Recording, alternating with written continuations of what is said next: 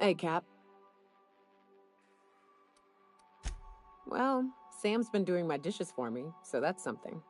It seems genuinely happy to do that. Can an auto mechanical be happy? Opal told me they could once. She believed auto mechanicals feel just like we do. She would always... Shit. Look at me dredging up bygone days. Forget I said anything. I will.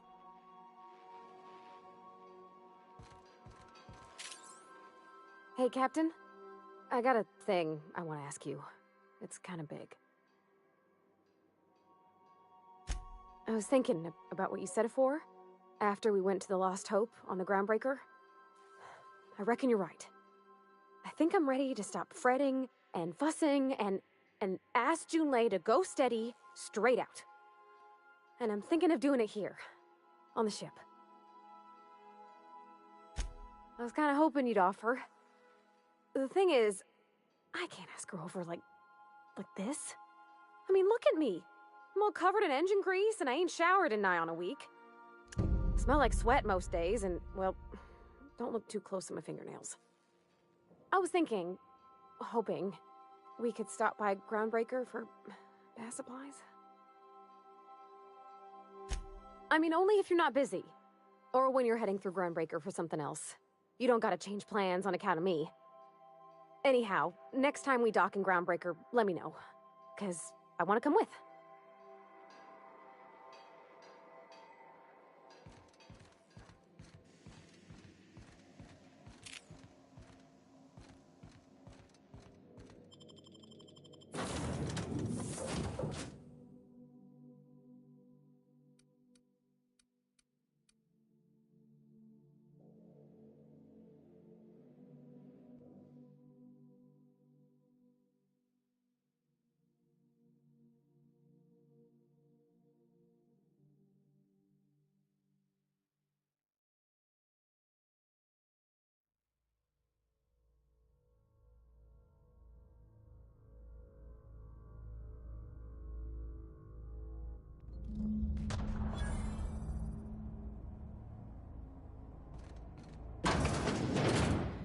Estimated cleaning time, 59.11 minutes.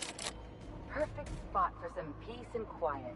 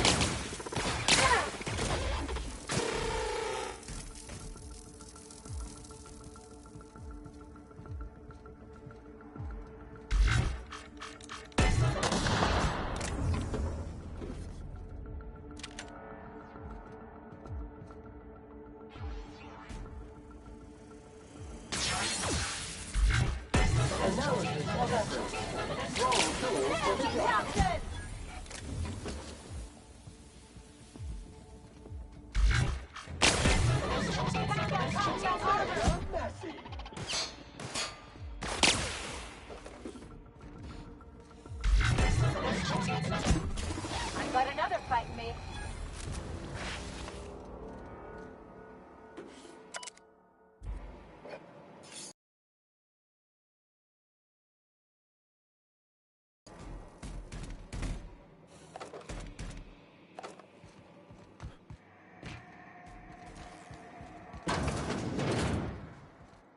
System.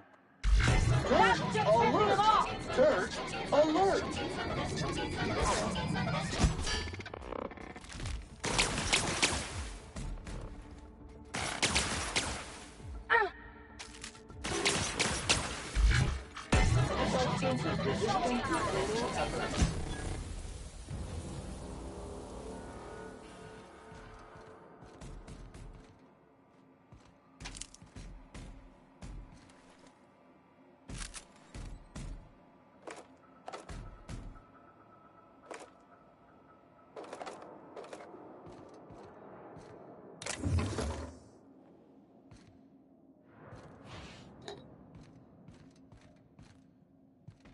Entering quiet mode.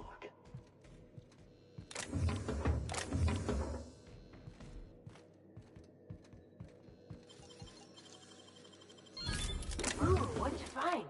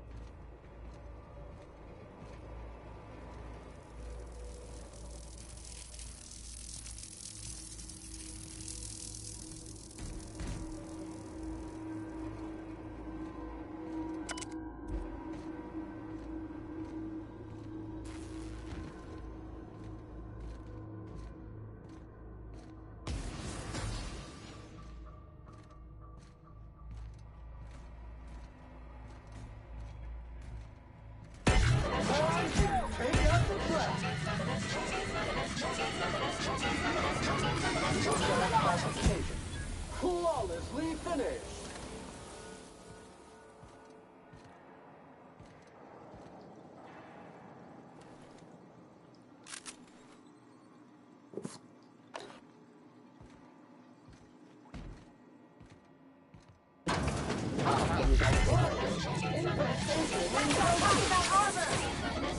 That will leave the stage.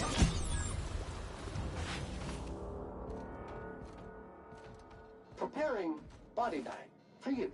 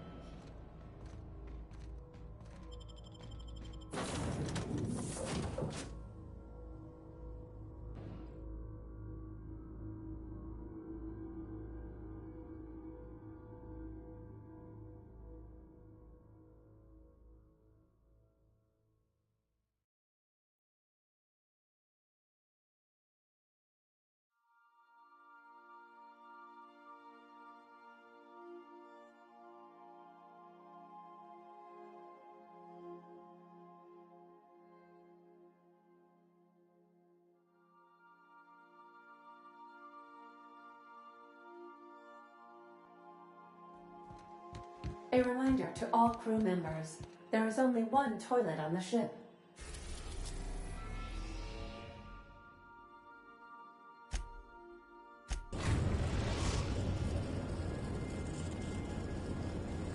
Destination reached, the Groundbreaker.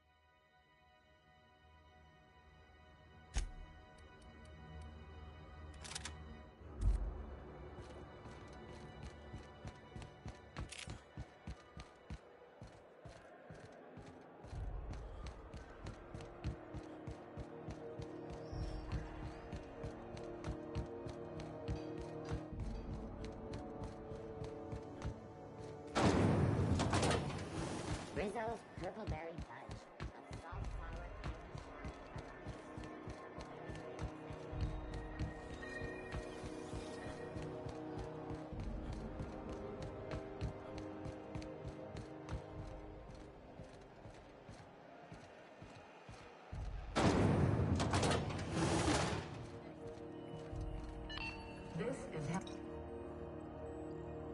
My comm center already got an update ping from the backup relay. I trust everything went smoothly.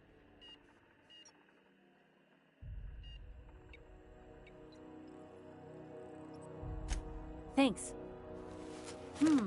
That's odd. The only messages in the queue are encrypted ones. Looking at the transmission logs, the relay hasn't received a single unencrypted message in the past 36 months. Must be on account of some new security red tape. Well, whatever's the cause, the board and the Earth Minister will see it sorted.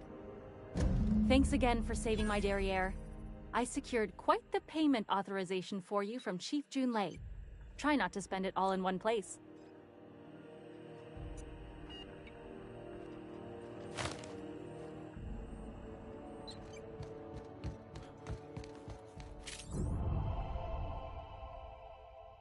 Dr. Fenhill, I hope you've reconsidered my offer to stay on full-time. My crew are never short on dents and bruises. I'm trying to live a more balanced life. Gun in one hand, scalpel in the other. I already knew it'd be easier to teach an automech heart surgery than to change your mind. Fair travels, Ellie.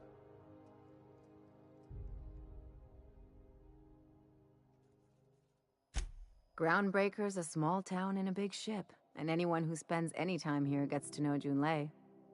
We don't see a lot of competent surgeons on Groundbreaker. Dr. Fenhill is my on-again, off-again freelancer. I take it she'll be joining your crew full-time? I don't like to put a label on things. Let's keep it casual. If you ever decide to settle down, there's a home for you on Groundbreaker.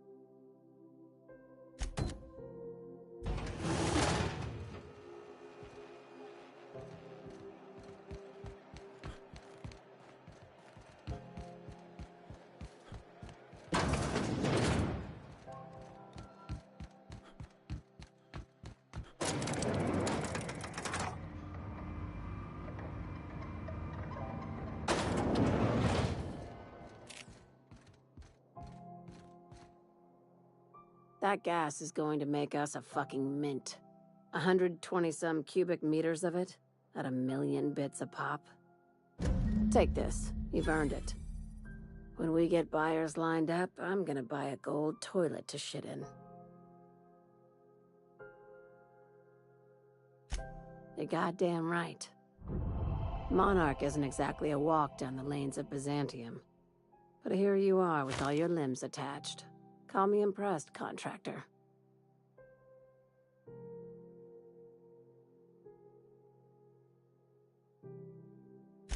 No one you saw, anyway. Glad to see you're looking out for yourself. You've been keeping busy. I hear you took on some extra work at Fallbrook.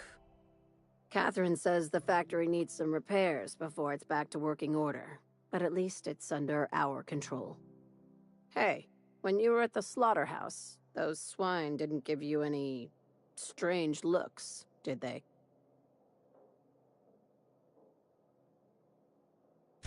Like they were hanging on to your every word, scheming, and when you turned around, maybe they just oinked like innocent little idiots?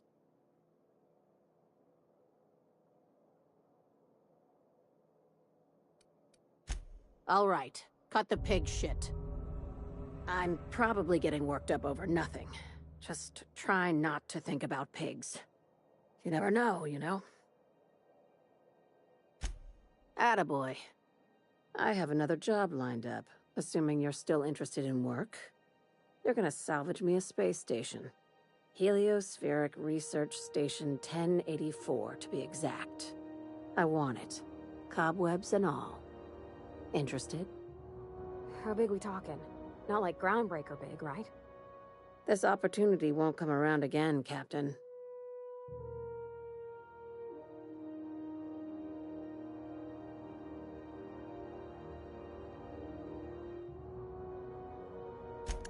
Here, this override bypass should get you into the station's systems where you can plant my flag. And one last thing. When you get there, make sure you aren't followed.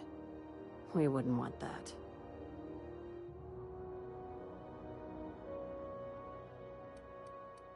Glad we understand each other. I'm on the heels of something big. Play your cards right and I'll clue you in, but right now, I'm not sure who I can trust. Just be careful. Someone might try and use you to get to me.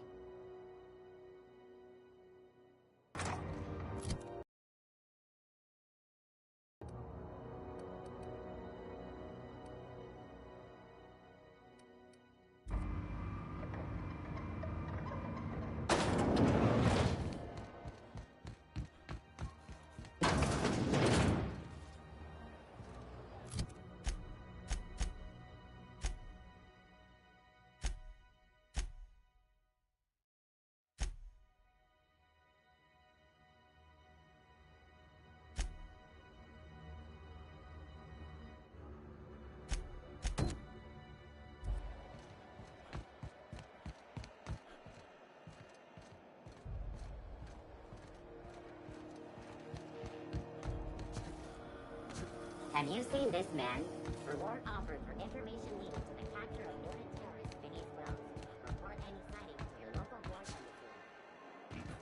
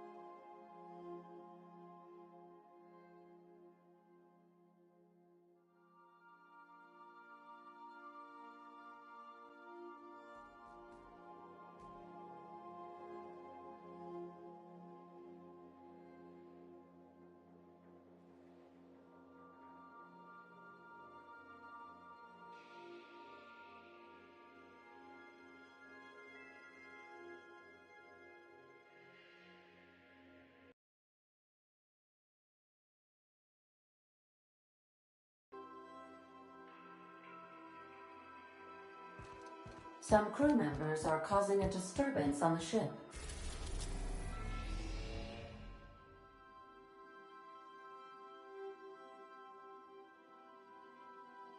Before you pull. You're anticipating it. Of course I'm anticipating. Into it. Embrace it. Work with it. You're in control here, Parvati, not the gun.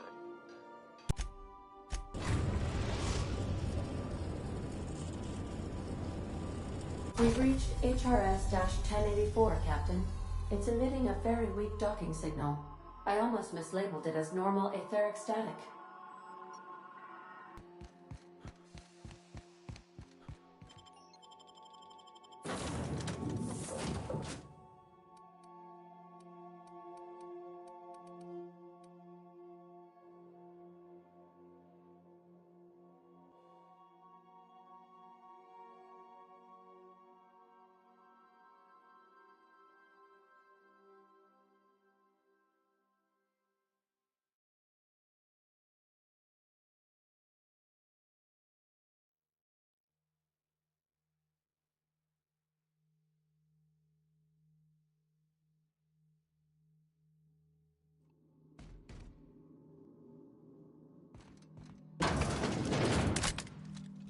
Please check battery levels before initiating an extended sanitization session.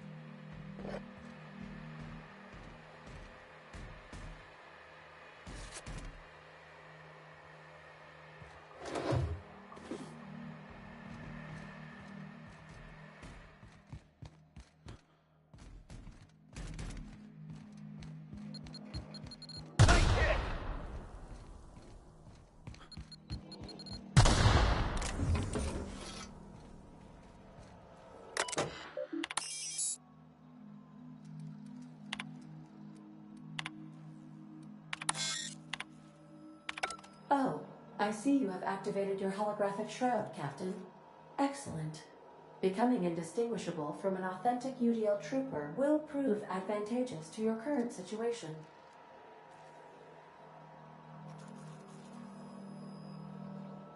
A UDL vessel has been tracking our position and just recently docked with the station. They are patching into the station's transmission lines now. I cannot stop... I've been waiting for this day since we tagged your ship in Cascadia, Captain.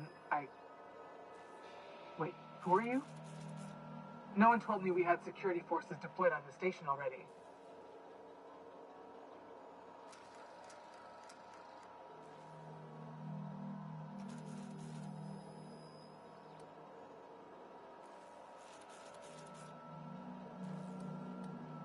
Roger that. Just as a precaution, I'm sure you won't mind if we turn on the station's security systems. Can't be too careful. We'd hate to leave this location undefended after a close call with outlaws.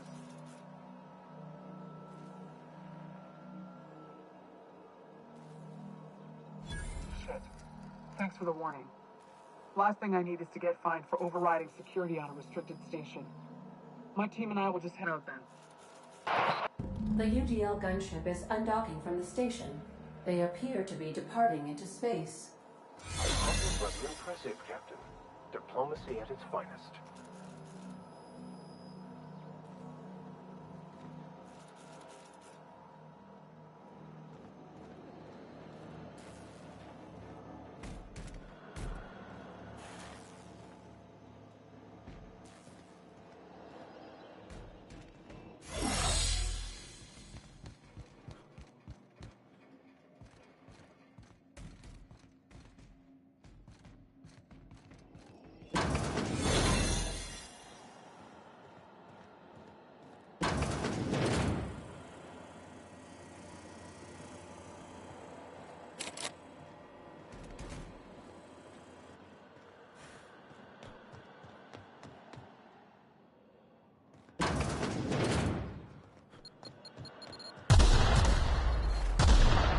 far by us.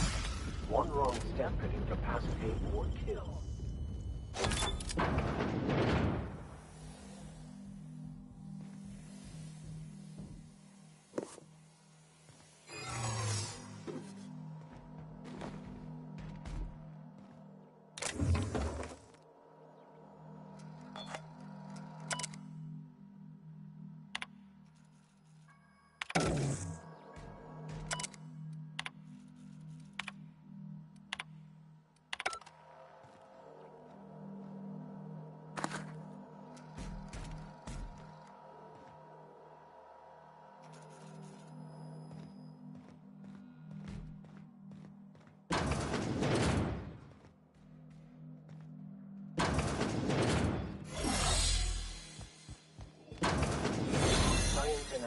Both a marvelous and terrifying thing to behold. In this case, however, I'd say it's more the latter.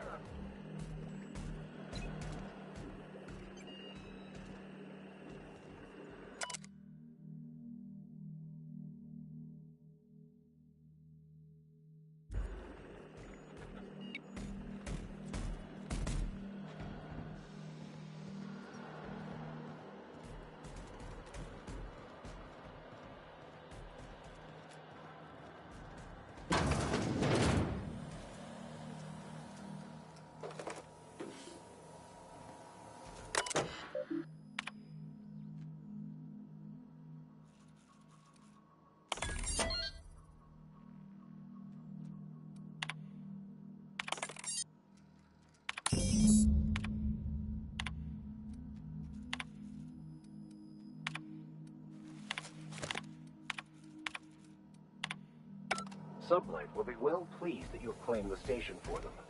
Myself, I'll be fine leaving this place. Chartrand. Sounds awfully familiar. That was the scientist from Cascadia, right?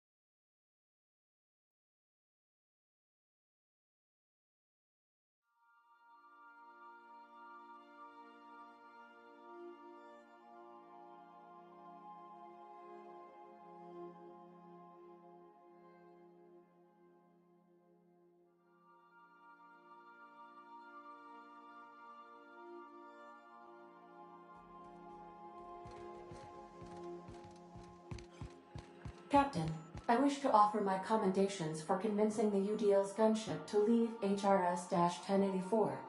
I did not favor the idea of being stripped and sold for parts.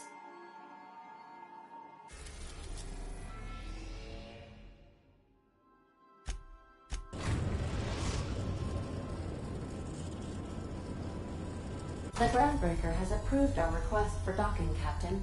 You're free to disembark.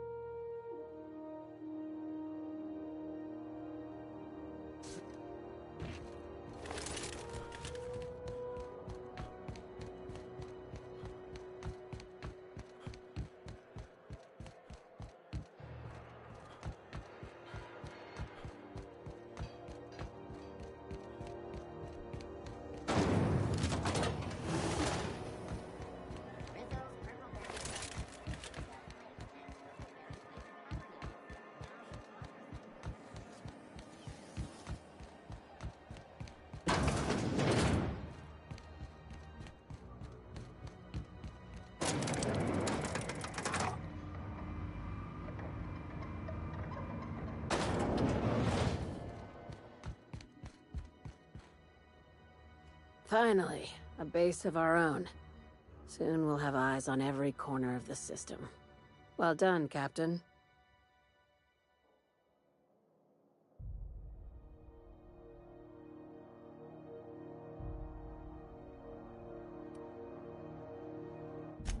I heard about that. While my lawyers scratch their heads wondering how we deal with human salvage, I'm leaving the researchers in hibernation. Aside from the automated security, did you meet any resistance at the station?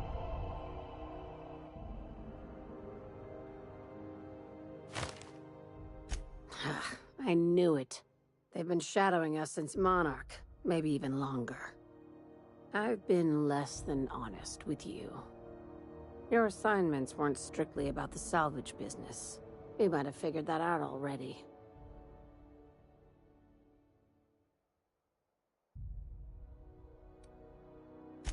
That's right. Up until now, I've kept you in the dark for your protection, and more importantly, mine. But I'd like to think we've earned each other's trust.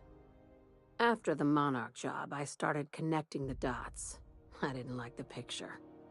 Then what we found at Station 1084 confirmed my fears. You and I have stumbled onto something big, something none of us were meant to know.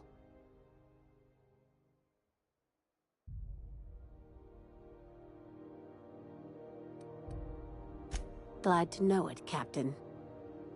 Ask yourself why a skeleton crew was studying that Alta Vitae gas in secret. Ask yourself why stockpiles were hidden on a planet full of monsters. Before we go any further, I want you to keep an open mind. Can you do that for me, Captain? Aliens. I'm talking about aliens.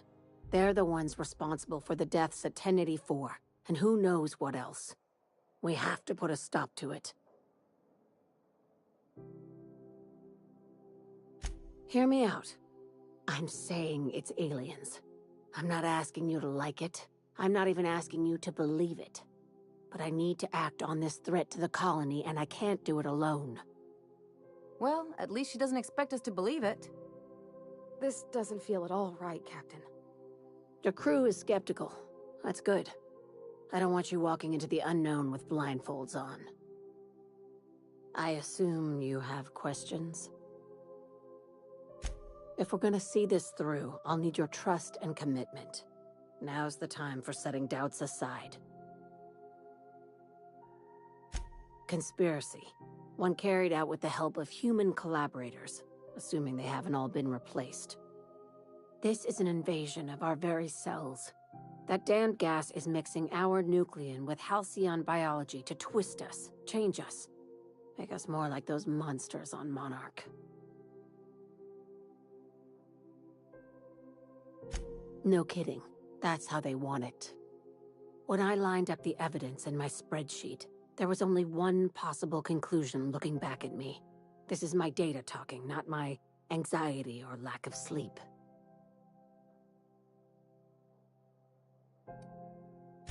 Dr. Chartrand is the crooked psychopath behind the gas experiments.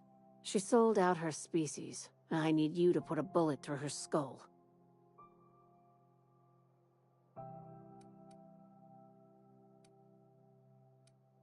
You don't even want to know why for? This keycard will get you through the front door of her Byzantium estate. Don't ask how I got it. You might not like the answer. By now, the other side knows what you're doing. Don't trust anything Chartrand says. She's compromised down to the bone. Maybe even deeper than that.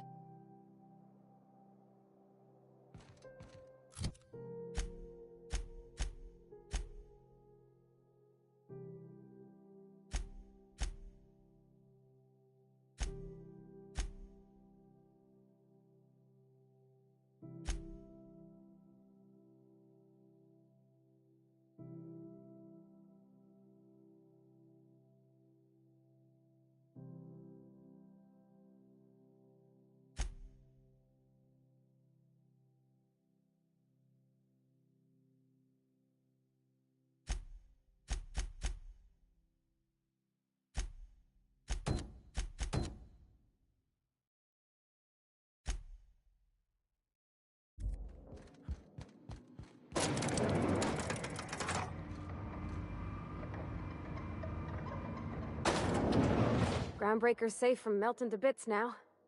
Lots of good people can rest easy because of you. He seems like a nice boy to me. I'm glad you gave him a shot.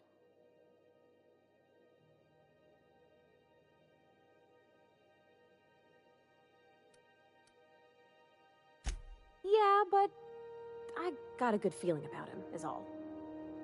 I mean, sure, he's a bit rough around the edges. I bet he just needs somebody to show him a better path.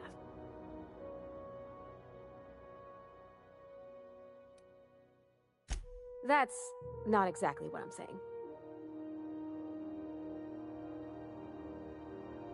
Something on your mind?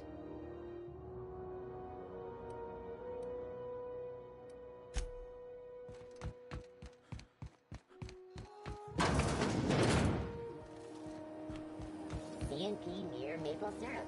It's near this complete freshness.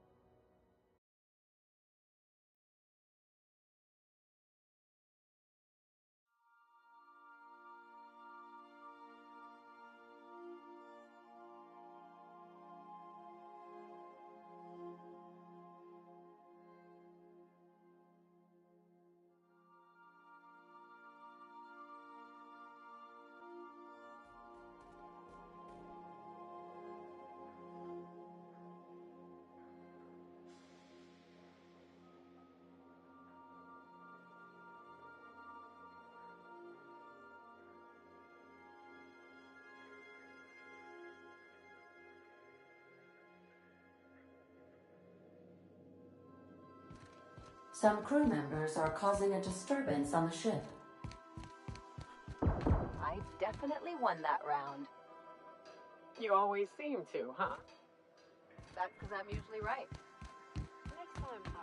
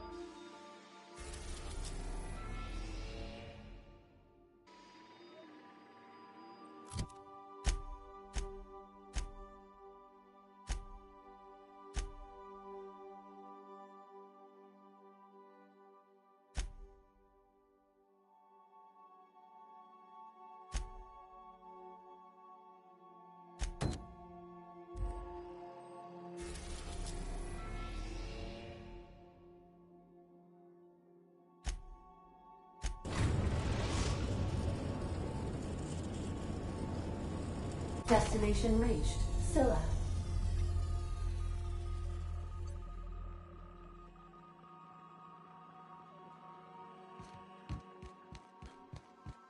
I got a real problem with this. What do you need?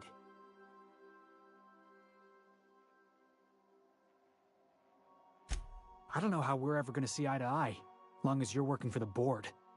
Why? You got a ship. You got the run of the colony.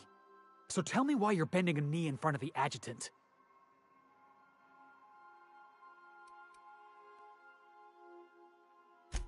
I ain't asking you to do anything for me. I'm asking you to do the right thing. And if you can't, then we're not— Never mind.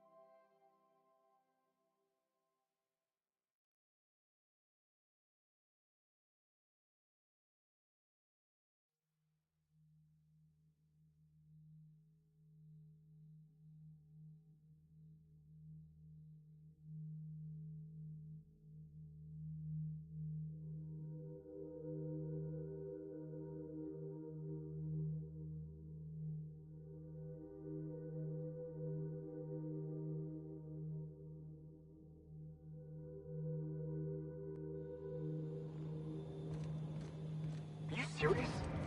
We need to talk.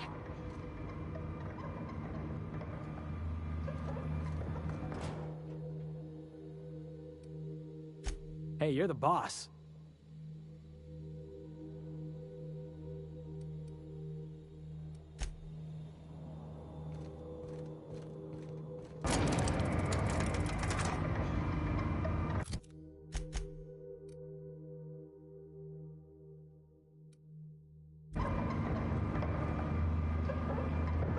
All right, hushing up.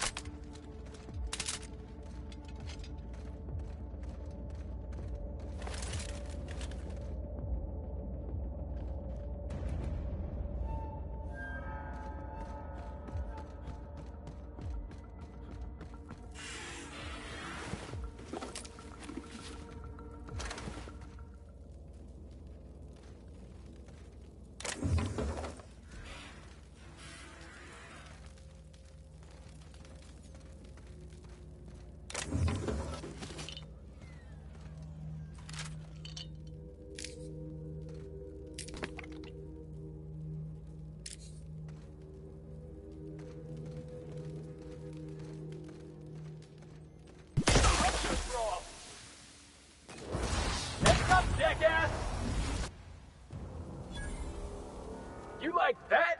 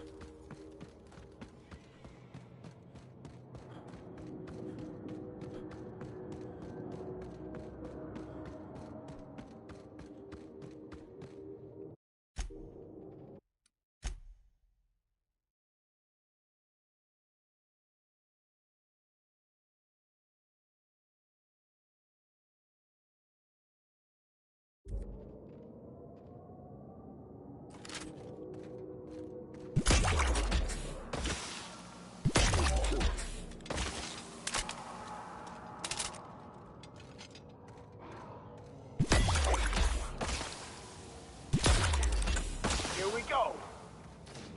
I've had quite enough of you.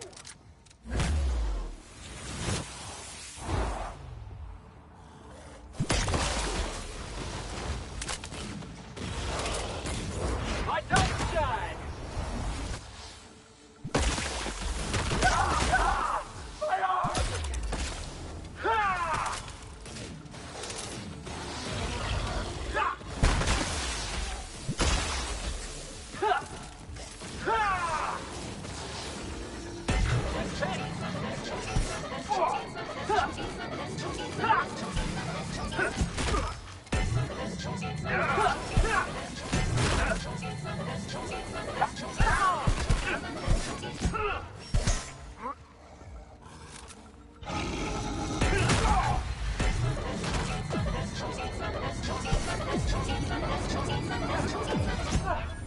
Everyone all right?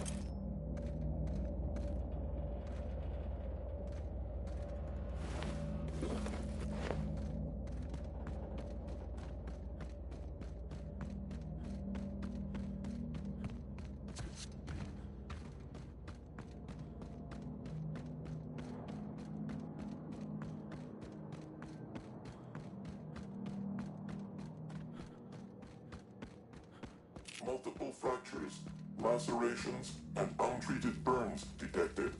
Signs indicative of sudden, violent crash landing. Yep, that's me. No big deal. Just shrugging off my injuries as I stroll away from another flaming impact crater. Also detecting constipation, hair loss, reduced fertility due to tight trousers. Recommend stimulant injection. Hair loss? You take that back.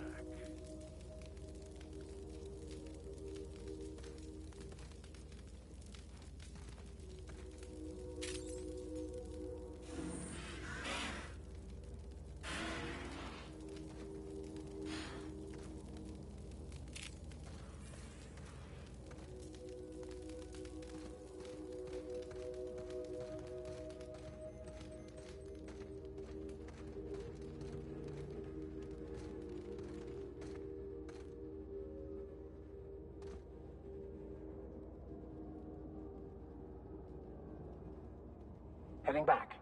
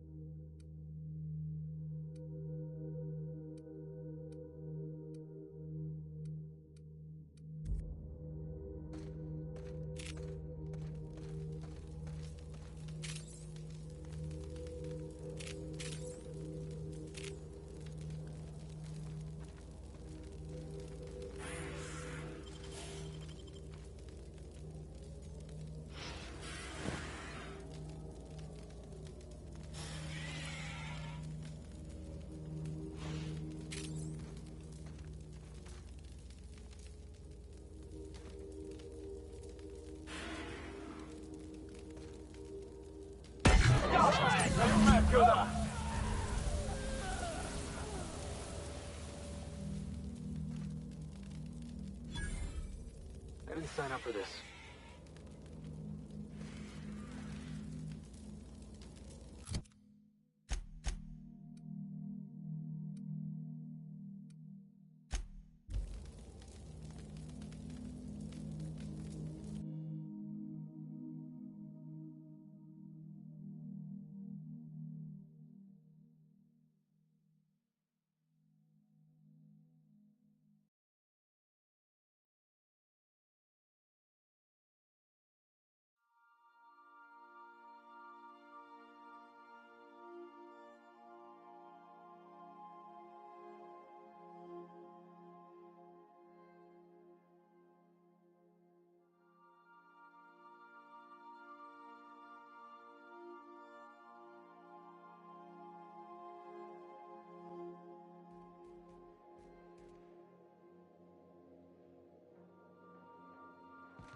Crew members Ellie and Max are engaged in a heated discussion in the kitchen.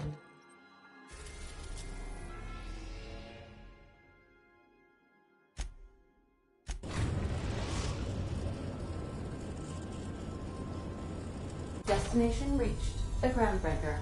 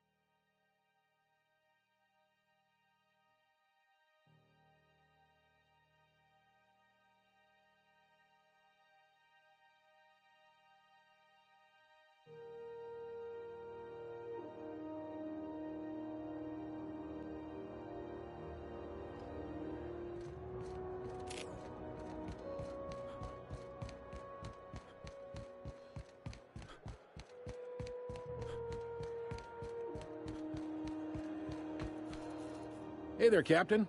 Anything I can do for you?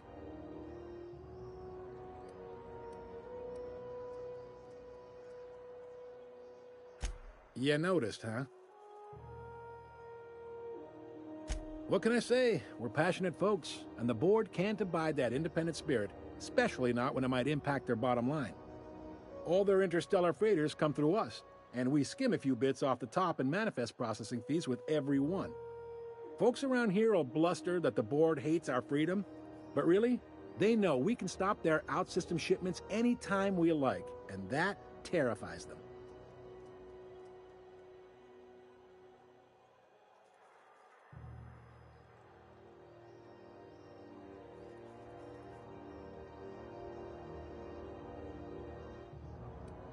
You sure you didn't just step off one of the interstellar freighters? There's no working with the board. They don't share, not bits, people, or resources. You work for them, or you don't work at all. Groundbreaker cooperating now would be tantamount to joining their ranks, and we sure as shit ain't about to do that. No kidding, Wheeler. I've been saying it for years. The board can't be trusted. That's Corporal Wheeler, Millstone. And maybe people would take your arguments more seriously if they weren't followed up with threat of violence.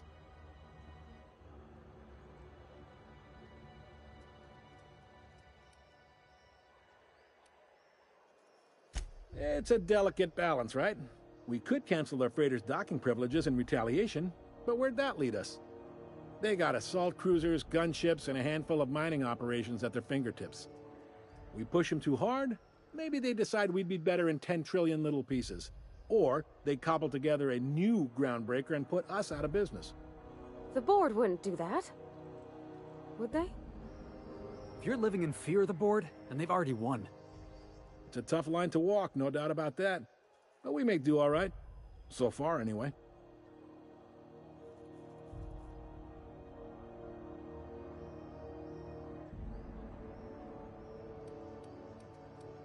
Sure thing. Be seeing you.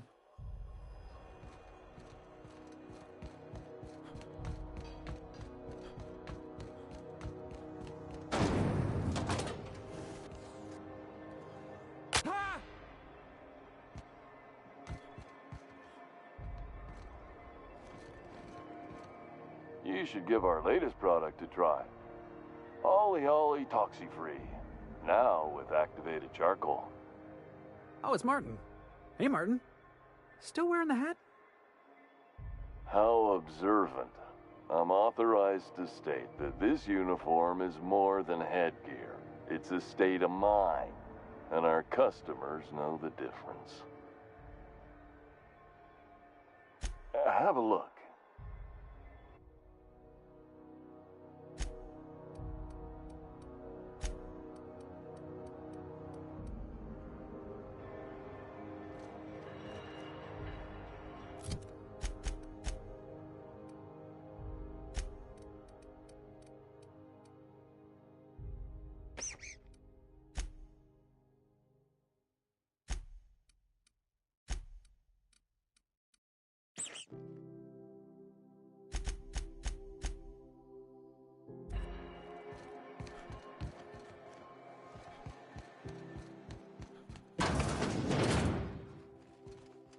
Keep hanging around and I'll begin to think you're here for me. What can I do for you? Oh my. I suppose the man finally found himself in a spot he couldn't weasel out of. What a shame. I should be lamenting the mechanicals, but... well... I'll miss him. I'll leave it at that. Thank you for bringing me the news.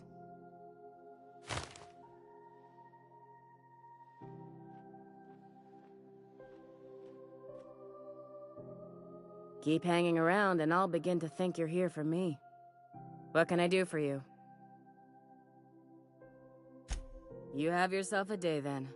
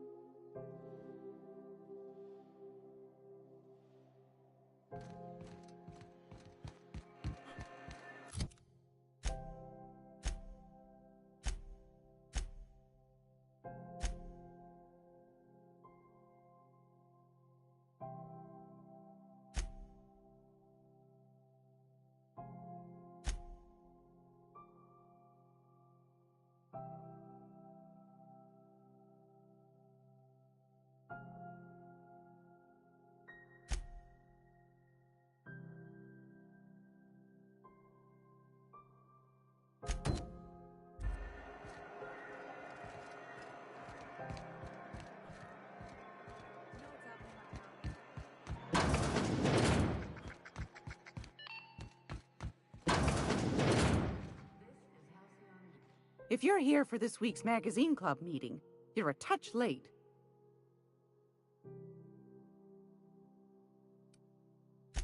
I think I got just the thing, my dear. A few years back, Auntie Cleo's put out a home makeover kit, and I snagged a couple for myself. High-grade shampoo and conditioner, scrubby brush, a nice lotion, that sort of thing. I still got 'em, too. What's the scrubby brush for? Cleaning around your nails, sweetheart. Gets the engine grease out. Makes your hands soft. Most folk don't got the time. Or bathtubs for such, me included. I'll let you have one on clearance. You want rosish, mock apple and cinnamon, or refurbished ship?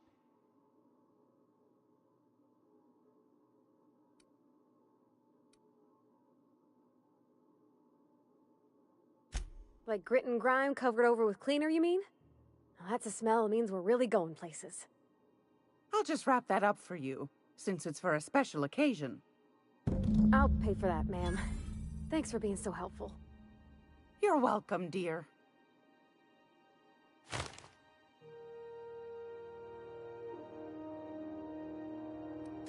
Anytime, sweetheart.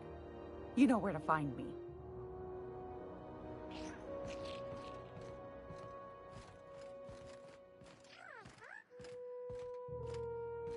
I hope this fancy soap we got is extra strength. I'm feeling a mite ripe.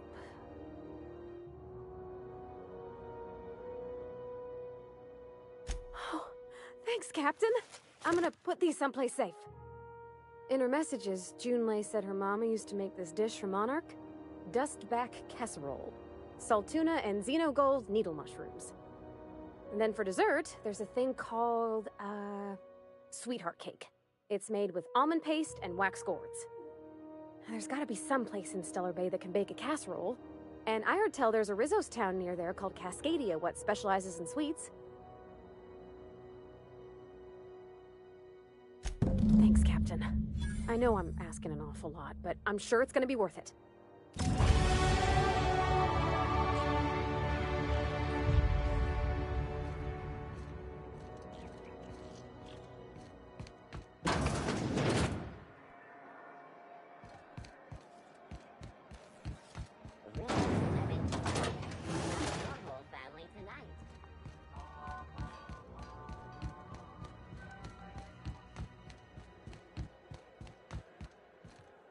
Hey, hold on a second. I want a word. That Chief Junlei sure seems well, huh?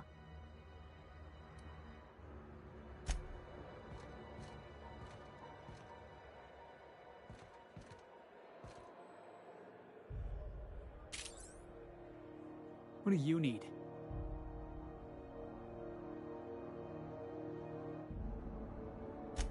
I don't know how we're ever gonna see eye to eye, long as you're working for the board. Why? You got a ship. You got the run of the colony. So tell me why you're bending a knee in front of the adjutant.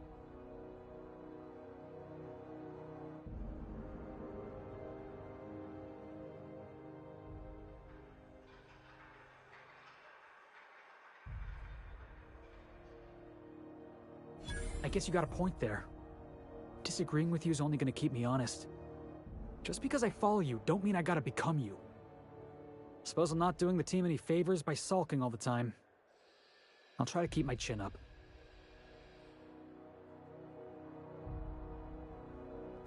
Don't believe so?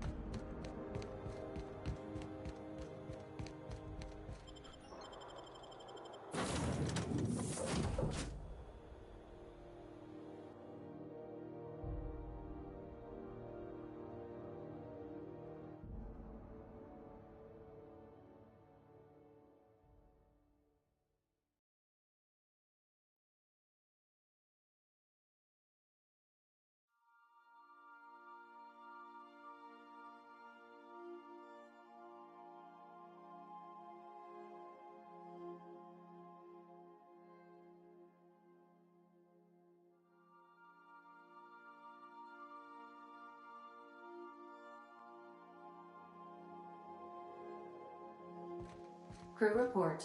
Ioka is drunk. Surprise.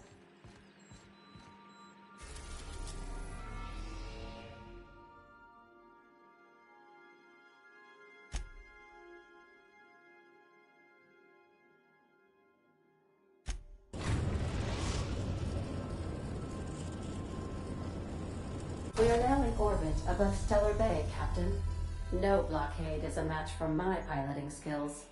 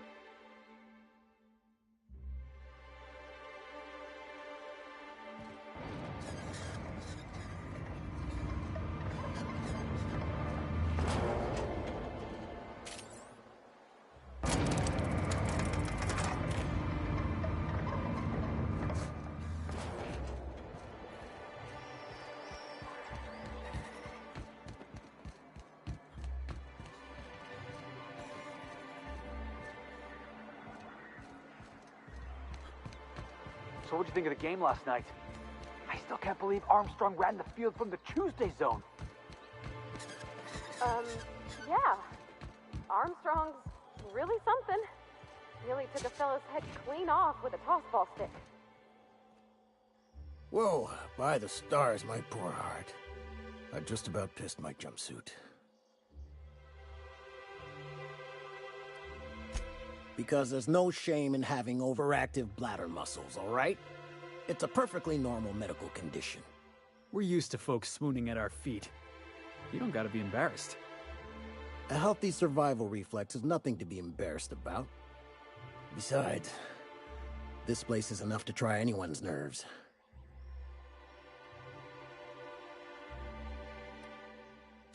Only every day. But in case you haven't noticed, we don't exactly get ships on a regular basis, yours notwithstanding.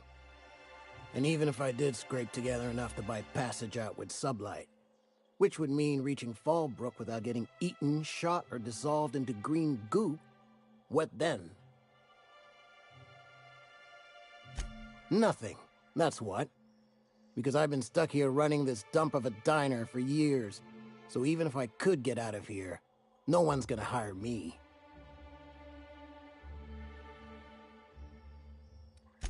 Was there something else? Or did you just want to mock me? That was a real popular meal 10, 20 years back, before the board tucked tail and ran. These days, everybody's had a belly full of salt tuna. They all want borscht. And the mushrooms, well, not many venture out of town, what with the monsters hereabouts. I can whip one up for you, but it'll cost. Here's a menu. Oh, yikes. I can't cover this much, Captain.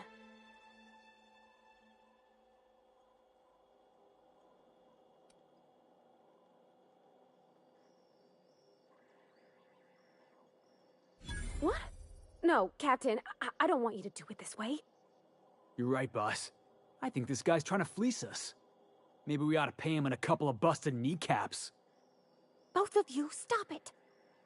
It's all right, miss. I'm a coward at heart. Made that clear from the outset. Look, Captain, this is the best I can do without putting myself out of business.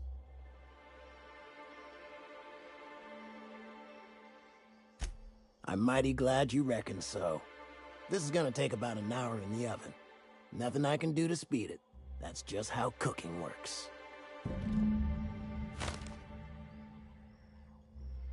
There we are. Now, if you don't mind, I really need to take a leak. My belly's gurgling just to smell it, Mr. Raymond. Thank you so much. A pleasure to help such a charming young lady. You're a gentle soul, miss. Be careful with this one, all right? He's kind of a brute. Oh, gosh. My tum's rumbling just smelling that casserole.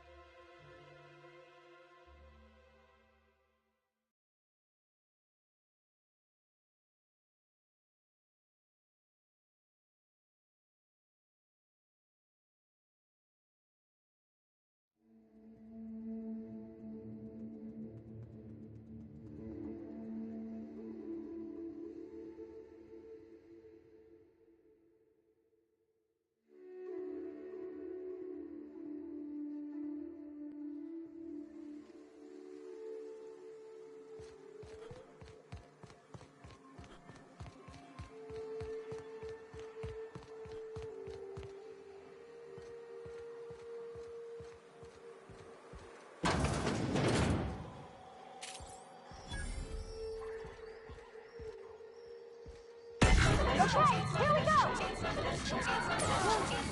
Don't mess with the best.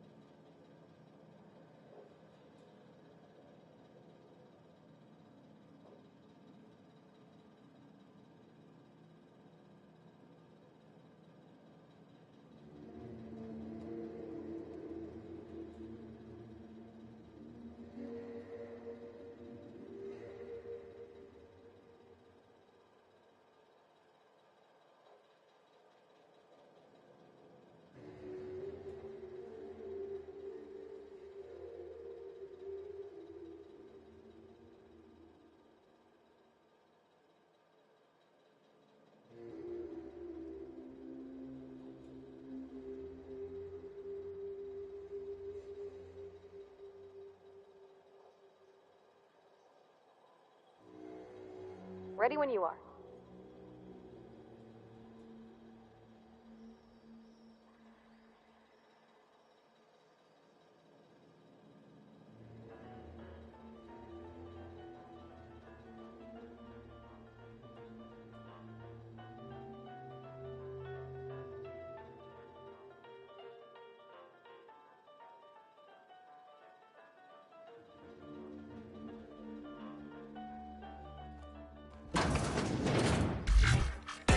I've been waiting for this.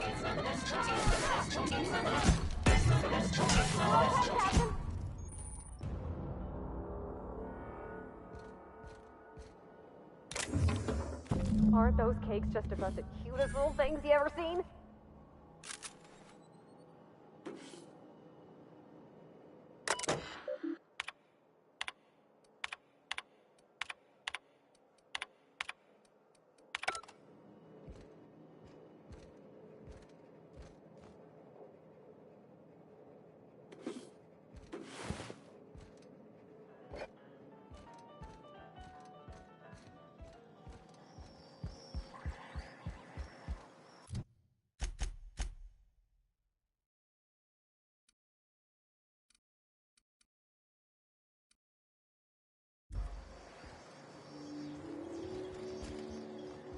The dustback casserole Mr. Raymond made smells incredible.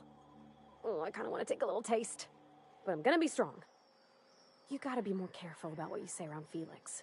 He's a good guy, but real impressionable. I don't want him thinking it's okay to threaten folk.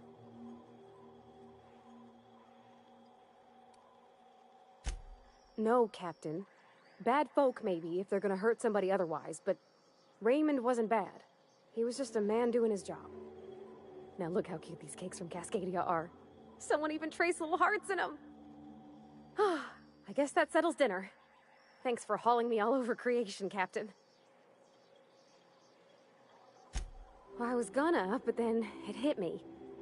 I got this nice meal all planned out with music, and I got that soap to scrub up with, but I don't got nothing nice to wear, Captain.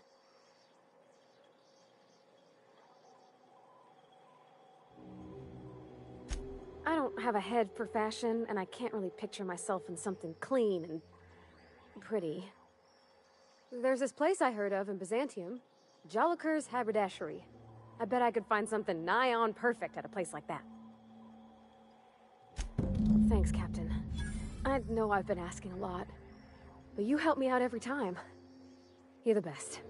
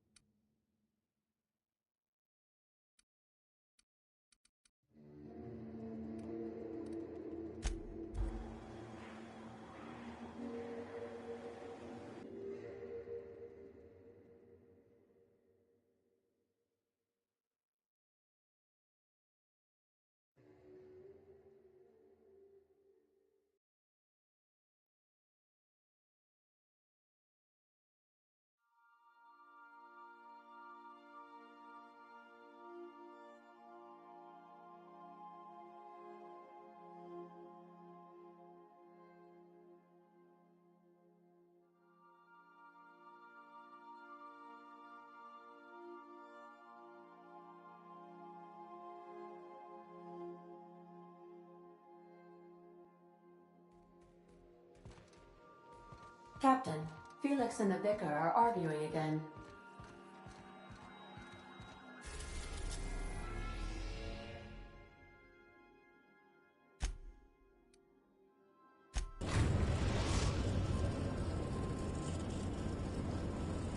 We are now in orbit above Byzantium, Captain.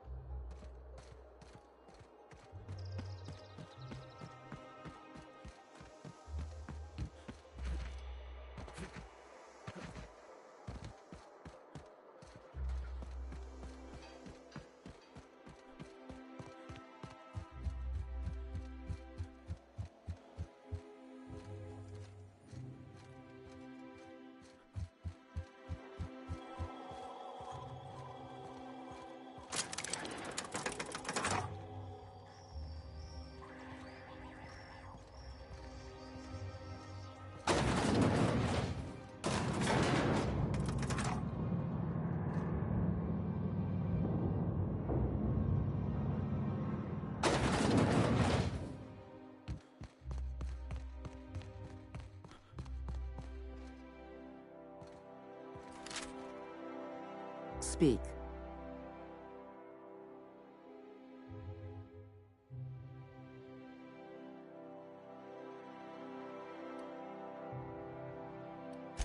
Wells had a litany of charges on his records, the most severe of which is destruction of government property. He may be a dangerous criminal, but I have no intention of having him killed. It's his mind I'm after.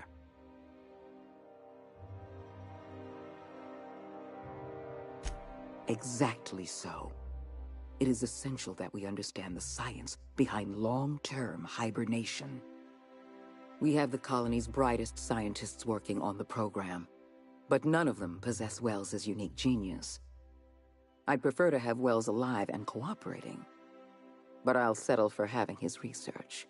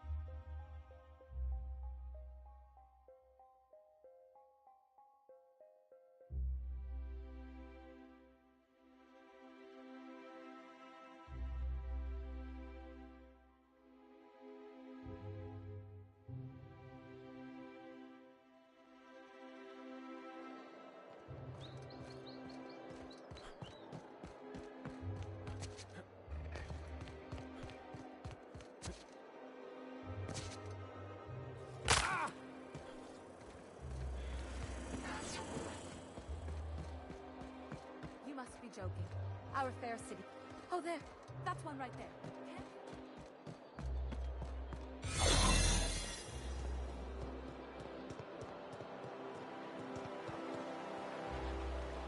Got a promotion coming.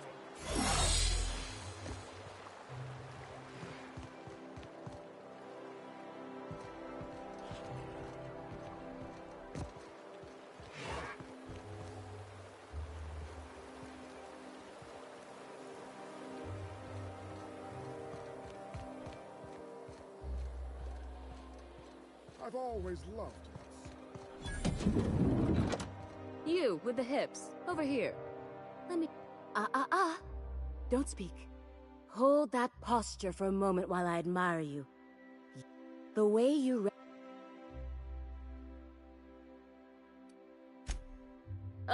Celeste, you've done it again. I knew from the moment I laid eyes on you that I'd found my muse. I'm Celeste Jolicoeur, and you, my dear, are exactly what Byzantium needs. I'm an artist, darling, not a tweed merchant. I don't sell things. I pollinate the world with art. I'm working on a new line of clothing that will shock this city to its core, and I'd like your help. Marvelous! You and I are gonna wake this city. What I need is a survey of the outside world. What does...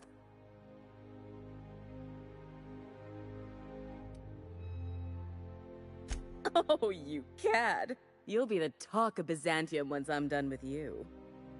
I'll need you to model for me the following: the apparel of an iconoclast, the armor of a marauder, and a full ensemble of spacer gear.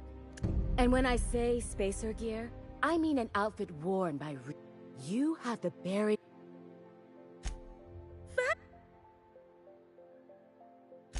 You don't gotta be so forward about my reasons, Captain. Let me get a good look at you. Turn around, please, darling. My word. Such muscular shoulders. You're a vision, dear. I am no such thing, ma'am. Nonsense. You're absolutely lovely. Chin up now. I have just the thing for you. Let me do a back-of-the-envelope calculation. Materials, labor, licensing and copyright. There.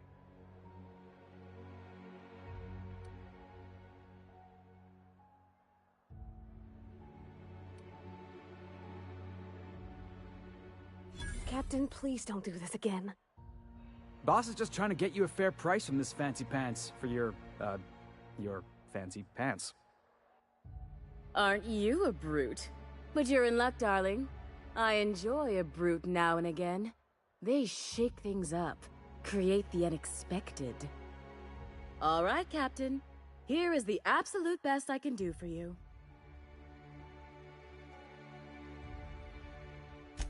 There are some things I simply cannot skimp on, darling. Such a lovely young lady deserves the best. Now stand back. Back! I'll enter the settings and get these machines spinning. You'll be broke to bespoke in merely an hour.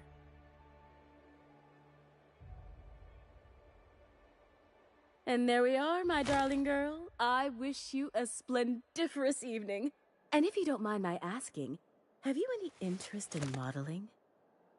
What? Oh, no, ma'am. All them eyes staring at me? I couldn't. No way, no how. I get scared just thinking on it. I wish you weren't so shy, my Violet. You truly are beautiful. I hope your date sees that as clearly as I.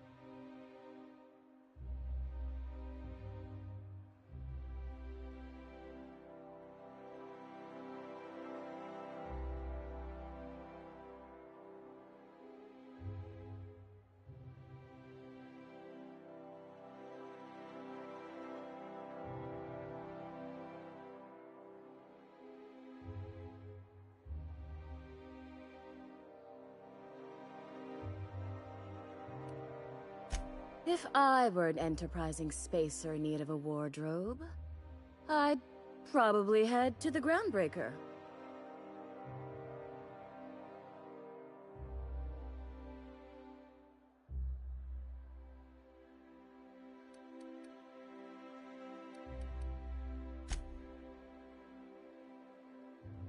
I can't wait to see those outfits. What can I do for you, darling?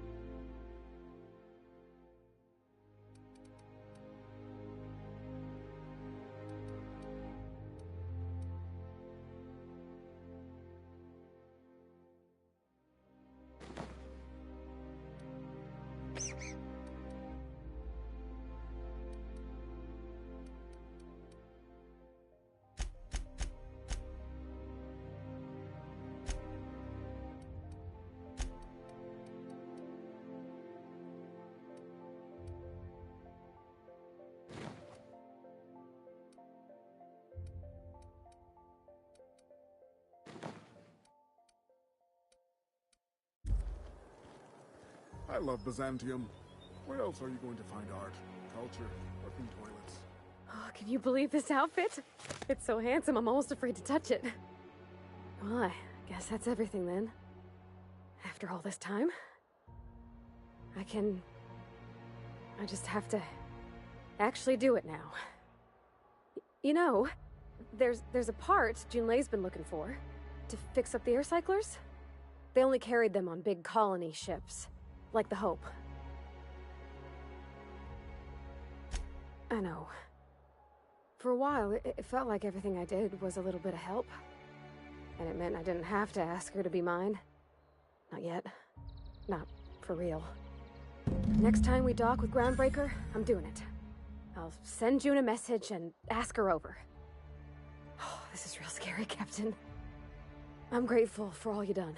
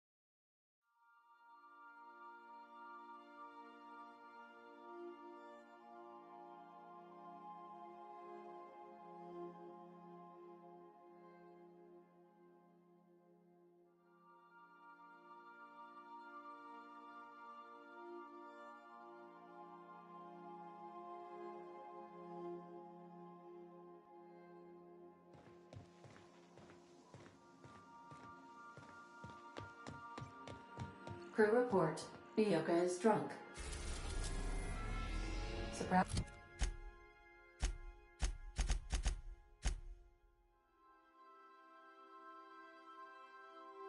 Guys.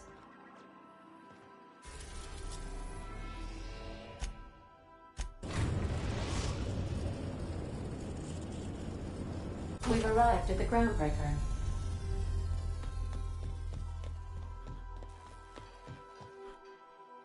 All right. She's on her way. How do I look?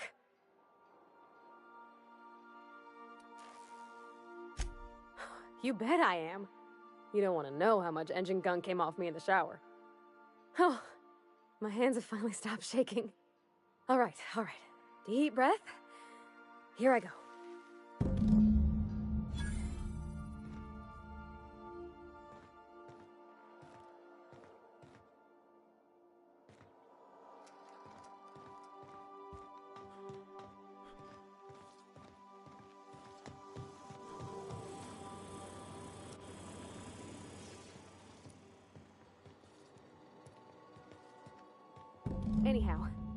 So I told him, Dad, I'm a big girl now. I ain't need your help. I can do it on my lonesome. What did he say to that? Have at it then. And he handed me his favorite wrench, the one he used for the canner. He's probably half as tall as I was. He didn't scold you for talking back to him? Nah, he was never like that. I always thought it was funny when I get indignant about something. Then he'd watch me do whatever it was, make sure I didn't get hurt, but he'd never interfere. I learned a lot that way. I wish I could have met him. Anyone who helped shape...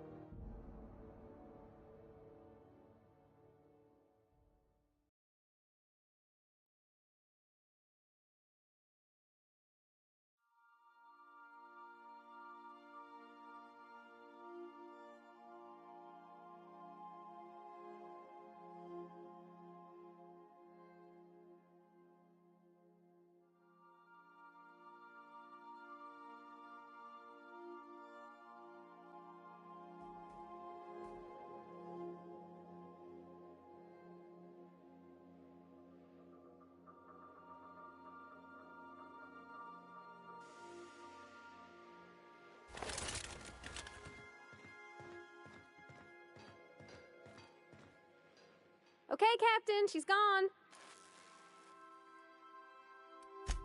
I feel like running laps around the cargo bay. So she got here, and after a few minutes she said, "Hey, do you have some new parts?" And I was like, "Nah, I used a new soap." And then she just sort of touched my arm real gentle-like and called the cut of my outfit elegant. I couldn't hear the rest on account of my heart was beating so hard. Then I led her into the kitchen. I think she about cried when she saw the spread.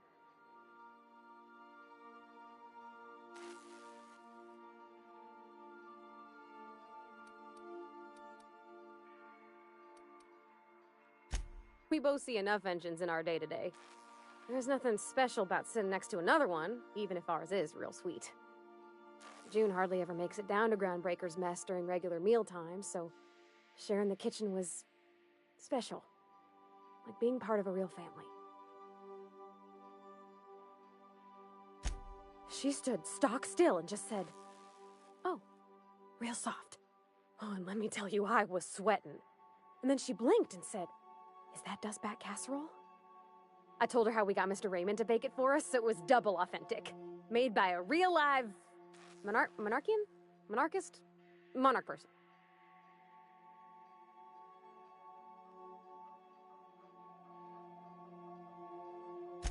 Well, we talked a bunch over dinner about the things we learned just through messages, stuff we repaired, how I taught her to salvage and she taught me to build. When I brung out the sweetheart cakes, June, she got a little teary, said she had a thing she needed to say. But I stopped her because I wanted to say it first. I never felt so bold, Captain. One of us has got to be. We're both... June's so reserved and I'm so shy. I worried if I never said anything, nothing would ever get said, you know? I told her about how she made me feel. Bold like I acted. Strong. Smarter and kinder than I am on my lonesome. I listed all the things I liked about her. And then she pulled out a paper and read a speech. She talked about the things she admired about me, like my cleverness and my humor, and how it made her want to be more open.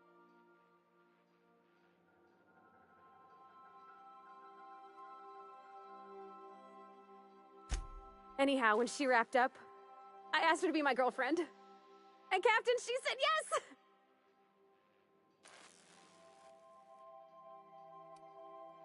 We talked about it some. I told her I wasn't sure how it would work, how I've had a bad time of it in the past. She said we'll take it as it comes. Fix things together. Share meals, talk. Maybe she could rub my shoulders when they're sore. I said I might like that.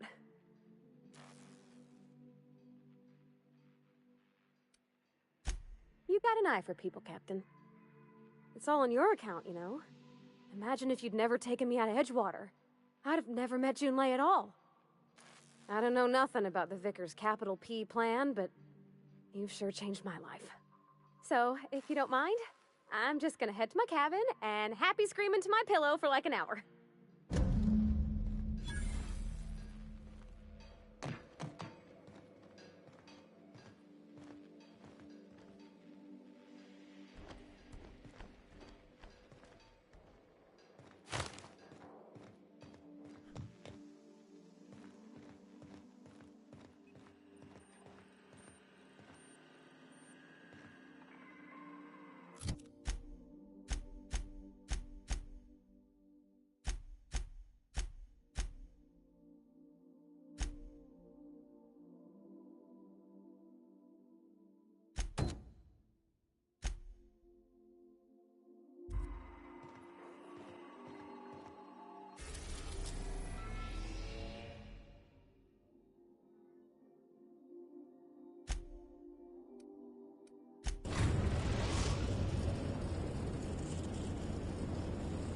We're now in orbit above Fallbrook, Captain.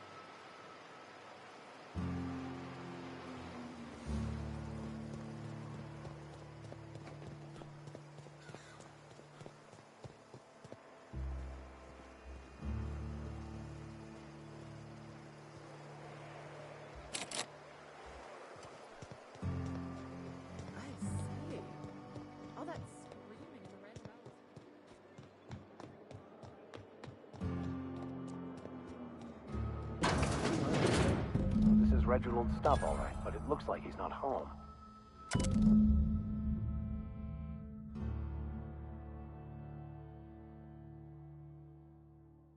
Sounds like Cheney's gone gold panning down on the river.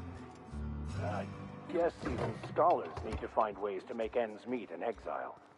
It was his team running that drop. Sure puts things into perspective.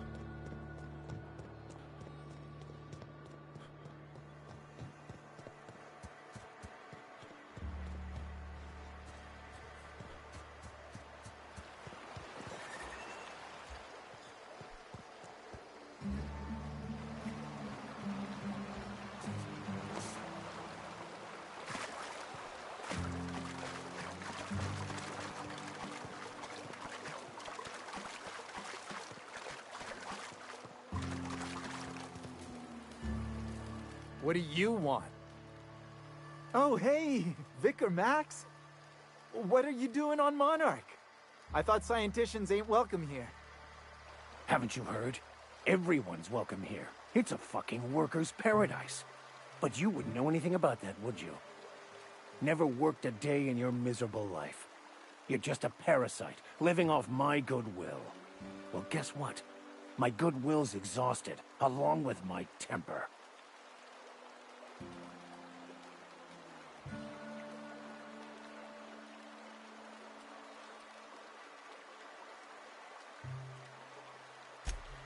Now, where were we? Oh, that's right. I was about to beat you. Severely. Wait! I know who can translate the book for you. It's too late for that. I threw away my life chasing fairy tales. Will punishing you fix any of that? Of course not. But by law, it will make me feel a whole lot better.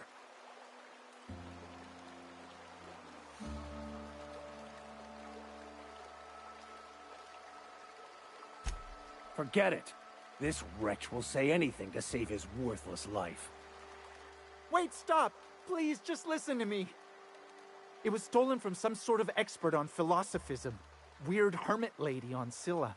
My father used to deliver supplies to the mining outpost there.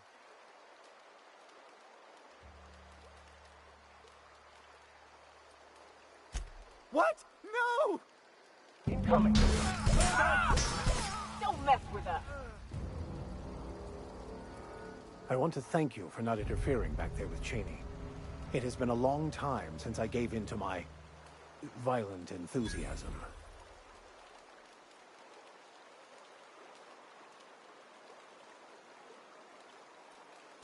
You're right. I owe you an apology. I've been so obsessed for so long, I couldn't see anything else. You offered me a place on your crew, friendship, and I used you to get to Cheney. You owe me nothing, I know, but I'm begging your forgiveness.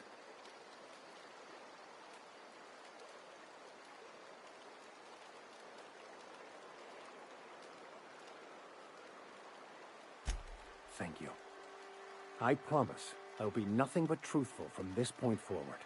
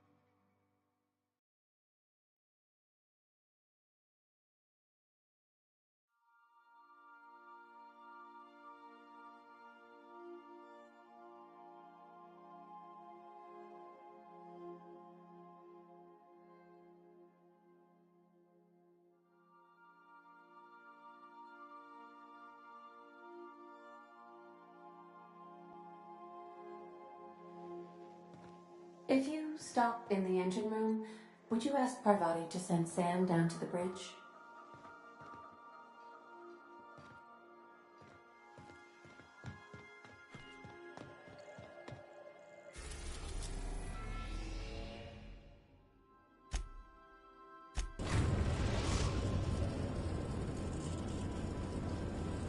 Destination reached. Scylla. We gotta talk about this. Hey boss, got a hypothetical for you? You got a friend, see? Somebody you knew when you were growing up. You were close. Then one day, they up and vanished. 5 years go by, they send you a message out of the aether.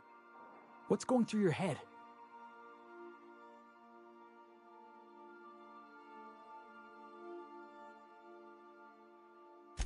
Guy by the name of Clyde Harlow. He was an old friend of mine. Honestly, he was probably my first and longest friend. I just heard from him. Says he wants to talk to me. Says it's urgent.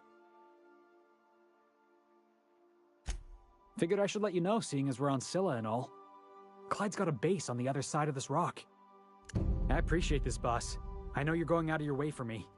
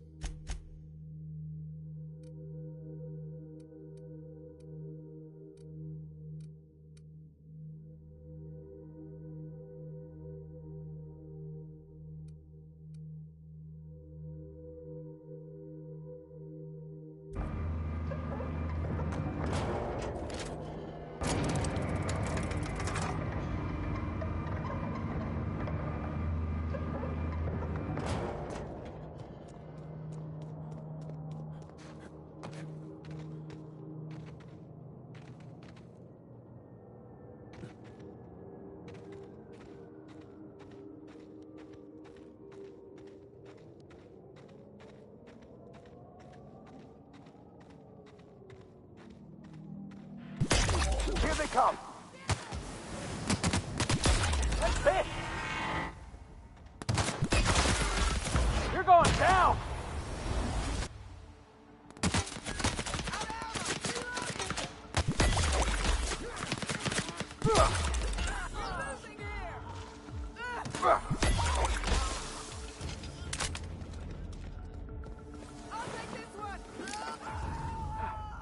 Everyone all right?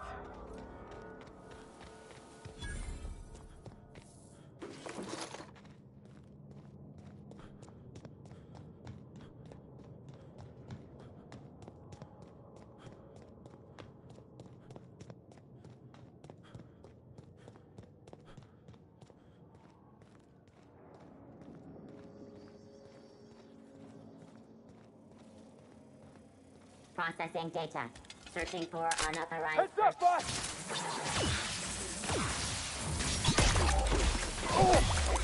Oh!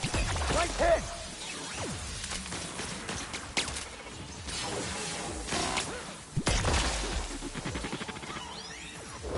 Hey, boss! Watch this!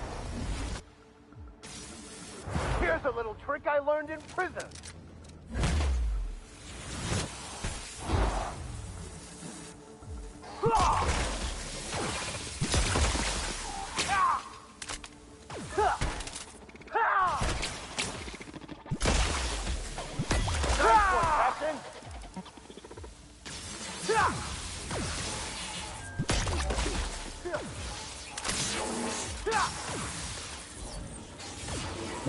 Get through!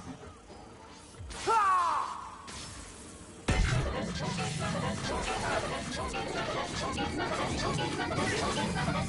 Pass that armor!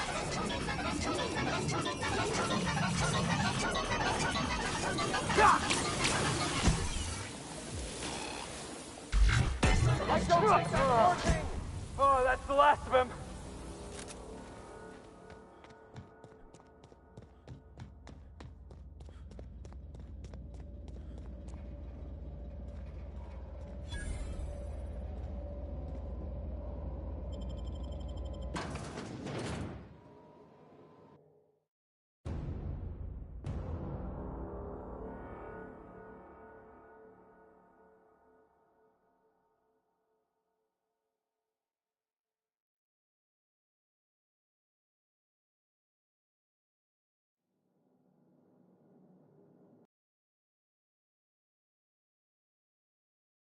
Truth seekers.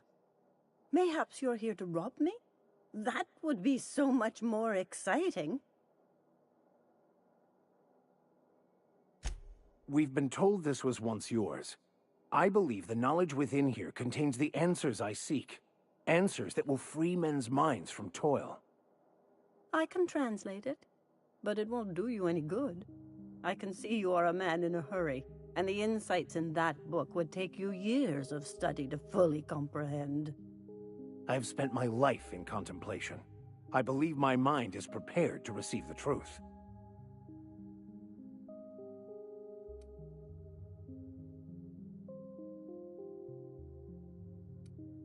There is one way that can speed up the process. It involves a combination of several ingredients, some of which can be fatal. It is not for the faint of heart or the unprepared. But is he truly? How did you find me? What happened to the thief who stole my book? I don't know what happened to him, but we killed his son. But we had a good reason. Or maybe not. In hindsight, we may have acted rashly.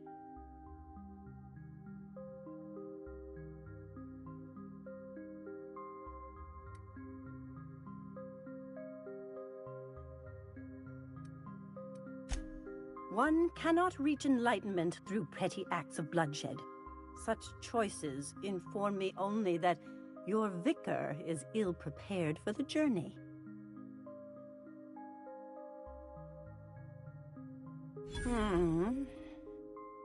Okay, let's give it a whirl.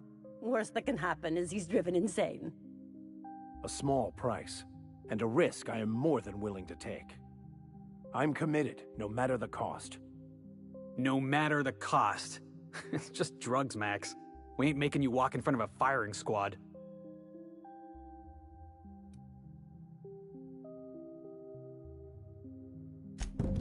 All right. Head on into the meditation room and partake of the sacramental incense. It's waiting on the table when you're ready to begin.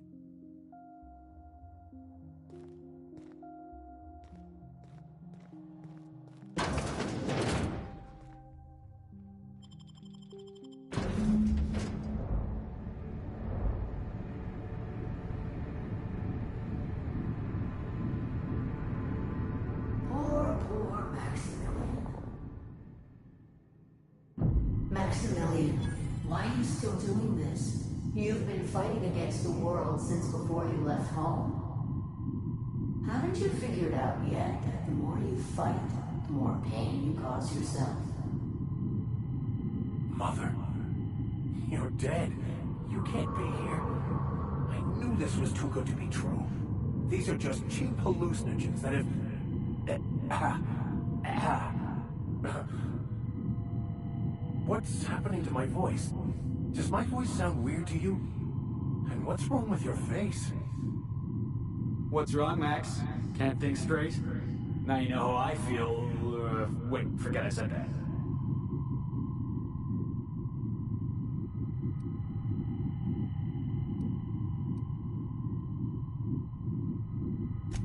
We are obviously the victims of a tasteless joke being perpetuated...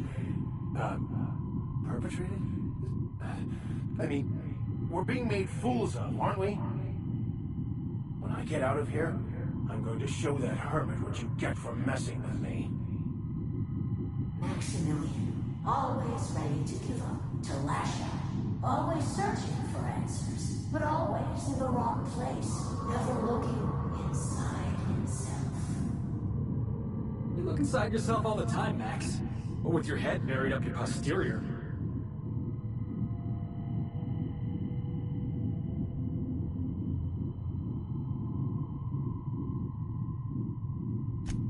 Thank you. It relieves me to see there's at least one positive influence in my son's life after all these years. Has he told you how he thoughtlessly abandoned us? Thoughtlessly? How could you say that? I only wanted you and Father to be proud of me. I was going to be the perfect vessel. I was going to be a better... more full of the plan. This here, it's all coming out wrong. The plan, it filled you with a joy I could never feel. I wanted it. And being a laborer made me miserable. I was better than that. You certainly convinced yourself you were. But don't feel bad. We continually lie to ourselves, weaving stories in a vain attempt to convince us that we are in control of anything. These stories are how we try to make sense of our lives, but they are not real, are they? They're just stories. You need to drop your story and see the truth. I got your story right here. I'm Vicar Max. I'm uptight. I love the church, and I'm a stooge for the board. And I don't understand that Felix is a genius.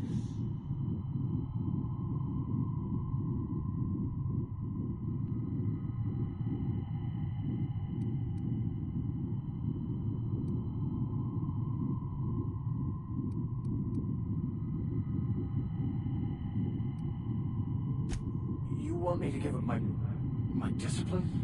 My control? I can't. I can't. Without order, there is chaos. You need to love the chaos, Maximilian. Let it envelop you. Take you where it will. Besides, you really have no choice anyway. No, that's not true. The basis of everything is order, not chaos. It's true, I know it is. So did you. Why are you denying it?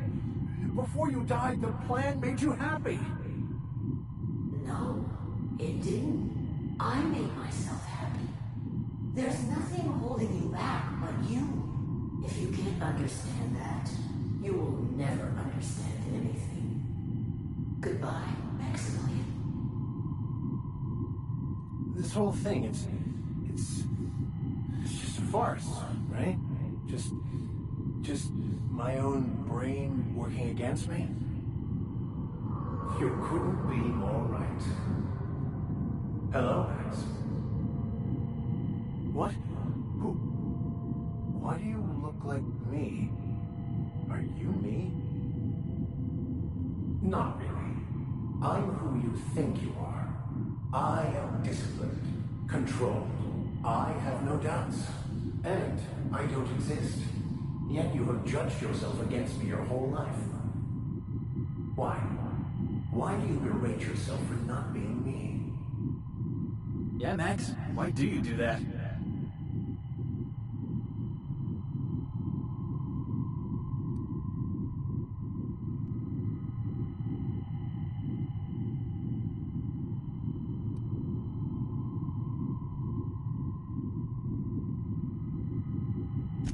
What are you talking about?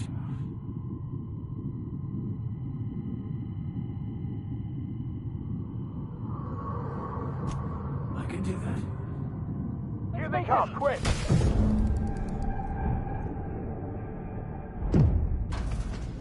I see you're back with us. Feared we lost you there. Never seen anyone pass out yet stay upright before.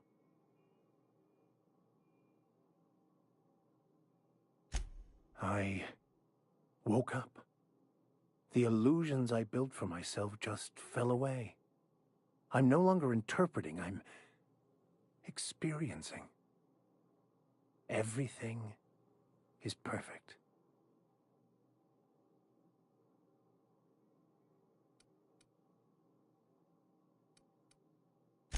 In a way. Perhaps it's more accurate to say I was asking the wrong questions. I understand so much more now. I see it all. All there is to be experienced, to be lived. Of course there is pain and loss, but the suffering is caused by trying to control reality. Clinging to the way you want things to be, not enjoying the way they are.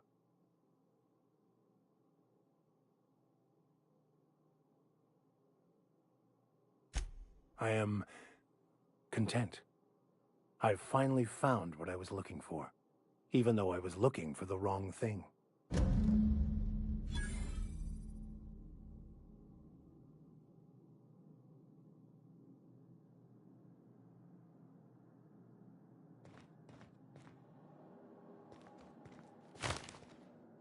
So, have you found your answers?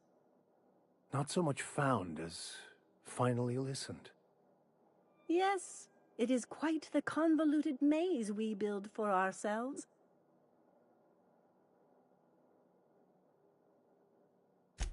It looks like you learned something in there as well. Of course you were.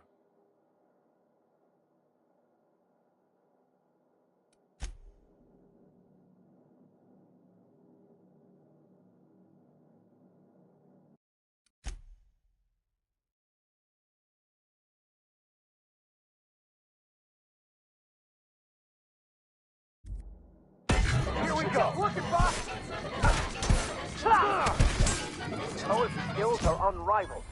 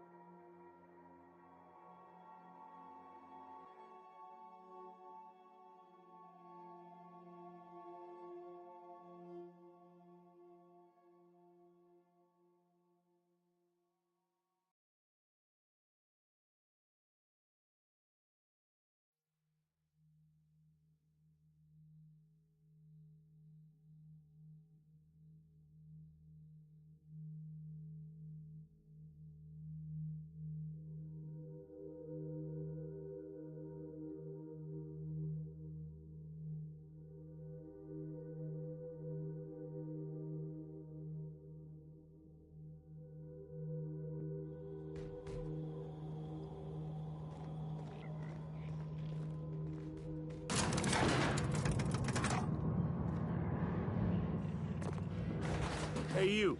Looking for something? Where do you think you're going?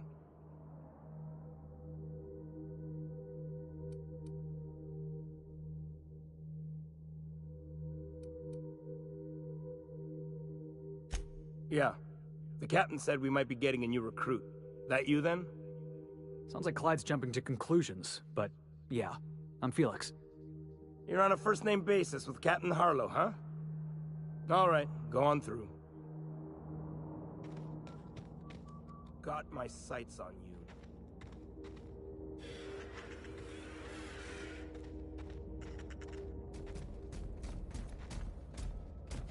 What's on your mind? Yeah, sure thing. Ask away.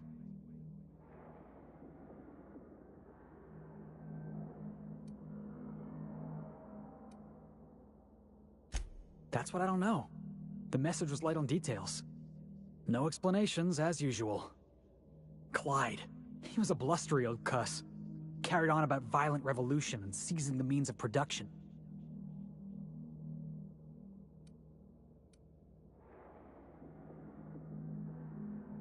Clyde wasn't an idiot. He kept his head down, worked hard. Did as he was told. You're not gonna catch him standing on a soapbox decrying the tyranny of the board. But when the Mardettes had their backs turned, oh yeah, he carried on about starting a revolution. Said he was gonna do something big. I've been thinking about that. Scylla's about as far away from civilization as I can imagine. Cold, barren rocks and the occasional mining operation. Clyde wasn't exactly a prospector. I guess we'll find out when we get there.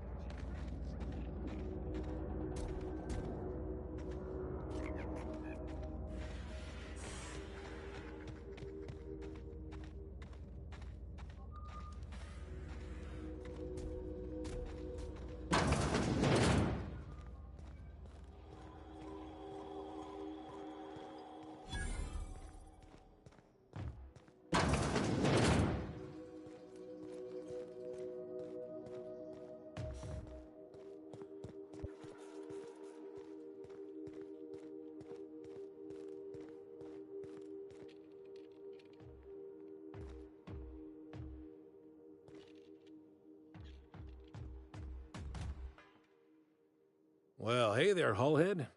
Clawed your way out of the groundbreaker at long last? Uh-huh. Oh, sorry, were you expecting me to say something? Maybe a long time no see, or a you've aged, old man?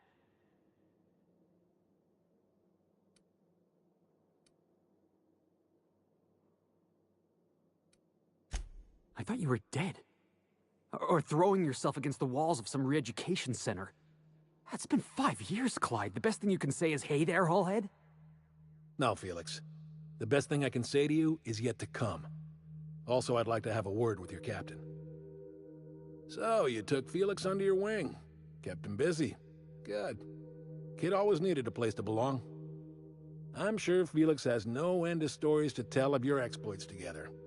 I look forward to catching up with the boy.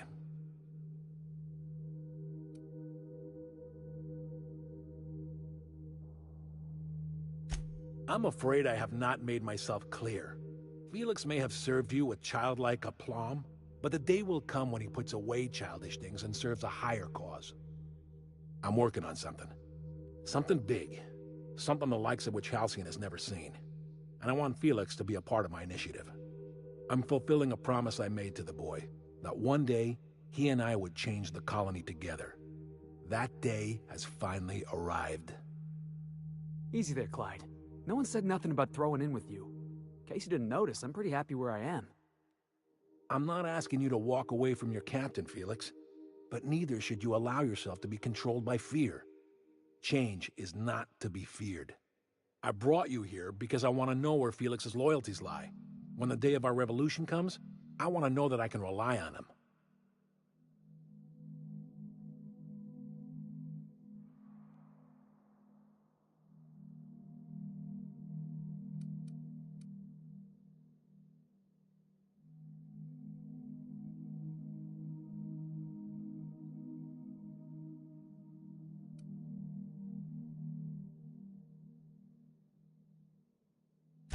That you feel insulted is a testament to your affection for the boy.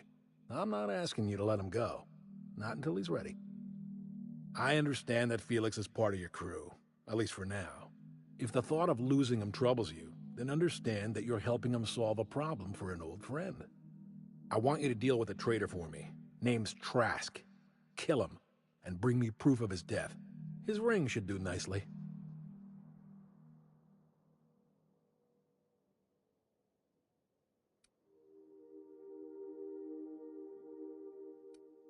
Then Felix will have done me a favor, and I will be grateful.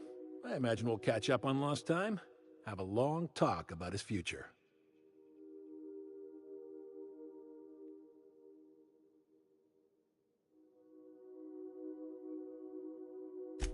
I don't contest your claim to Felix's services, but he is his own man, and we are all of us responsible for our own destinies.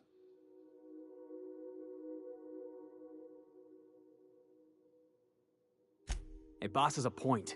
You're talking about me like I'm not even here. I'm negotiating with your captain. You are his subordinate, at least for now. We're not a band of common pirates, Captain. We are revolutionaries. I expect a certain degree of intestinal fortitude from my soldiers. Trask was a coward. Ratted us out to the board. He's been an informant. Has been for years. When he realized I was onto him, he and his little cadre mutinied. Killed 5 of my own and tucked tail. I don't know where he's hiding, but his wife might. Rosanna. Lives on the Groundbreaker last I checked. Rosanna knows my crew by name and face, but you're a stranger to her. She'll talk to you.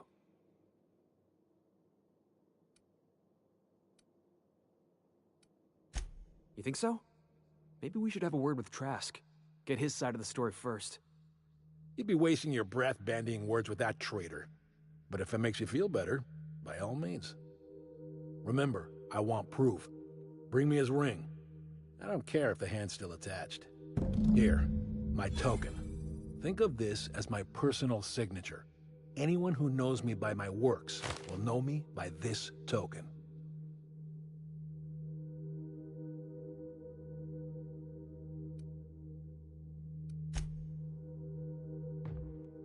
Clyde's got a crew of his own, huh?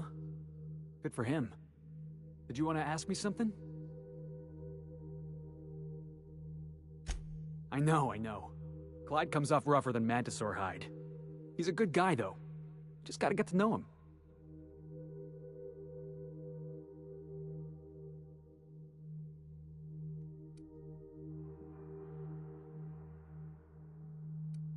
I can always count on you for a straight answer. Honestly, he was a lot more condescending than I remember him.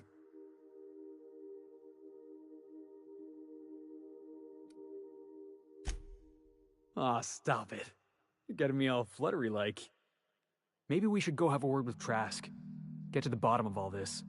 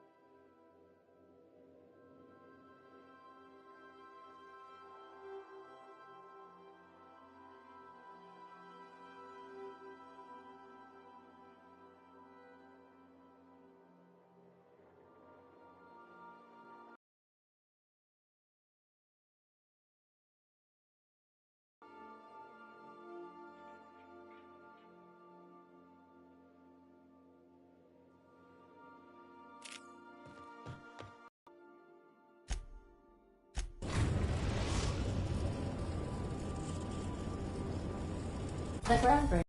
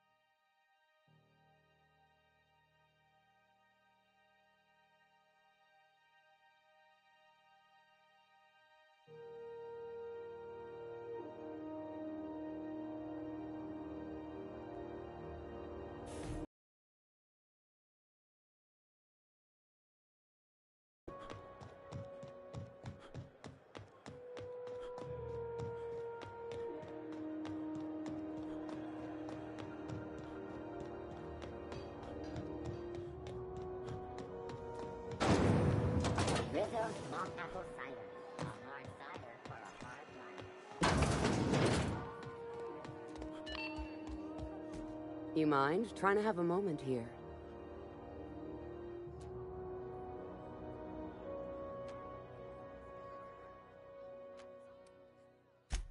Yeah, I was called that once upon a day. You need something? Well, excuse you. Rufus and I are no longer on speaking terms. I don't know where he is, and if I did, I wouldn't tell you. You're working for the adjutant? I had no idea. I'm not looking to get hauled off to Tartarus. Rufus and his band of merry gun hands are hiding out in Emerald Vale. I swear, that's all I know. Not inclined to answer your questions. Not after the way you talked to me. Yeah, all right. What else did you need?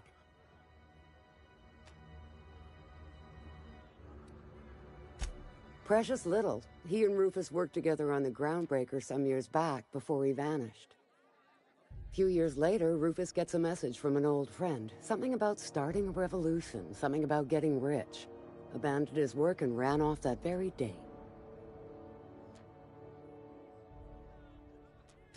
So Clyde sent Trask the same message he sent me.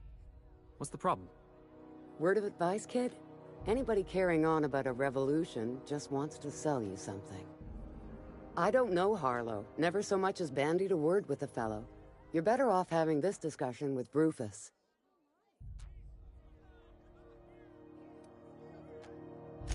Only that Rufus is in a bad way. He came to see me a little ways back. Said he had to go into hiding. Never asked why. He was here to collect his personals, complain about Harlow to me, and say goodbye. In that order.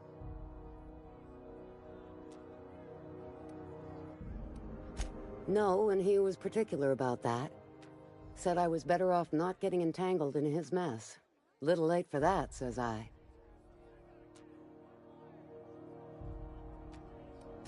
Appreciate it. No offense meant, just been a long day is all.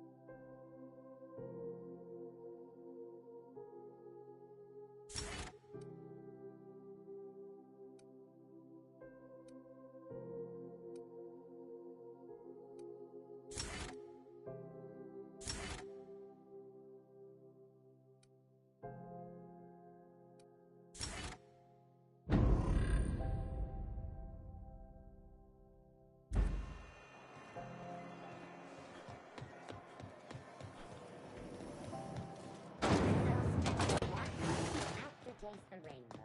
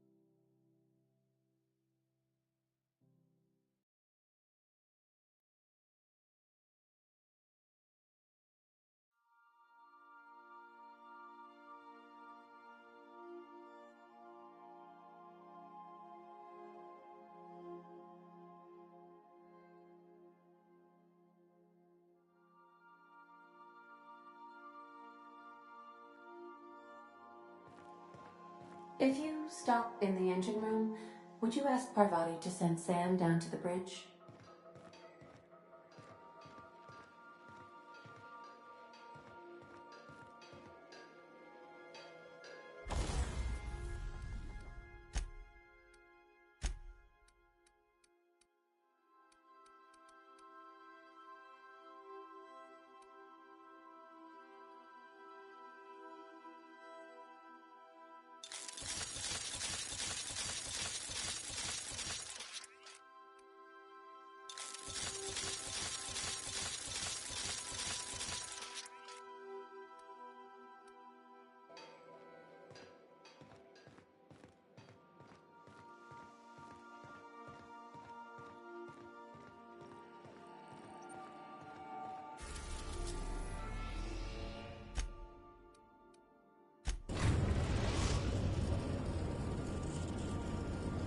We are now in orbit above Edgewater, Captain.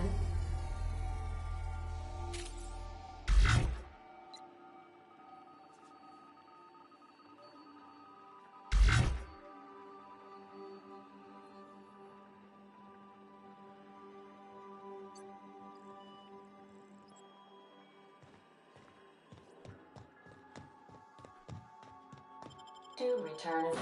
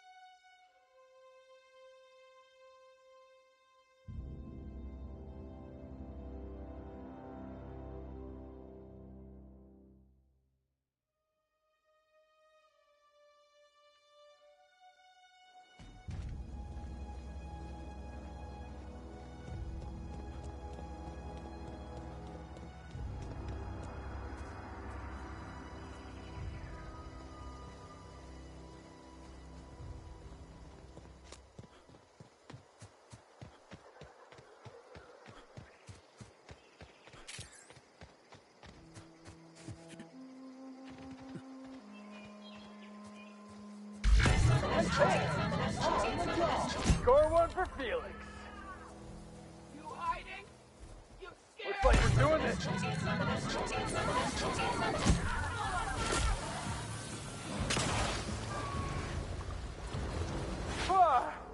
That's the last of him.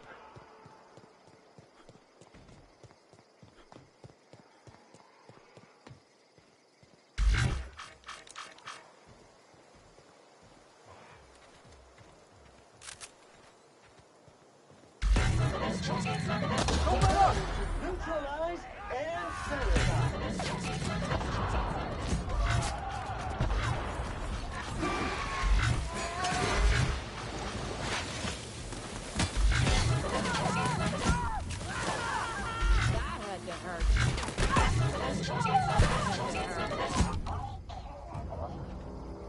Ah, no encore?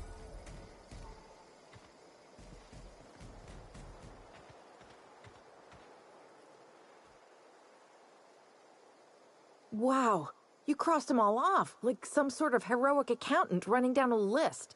Teach me your ways.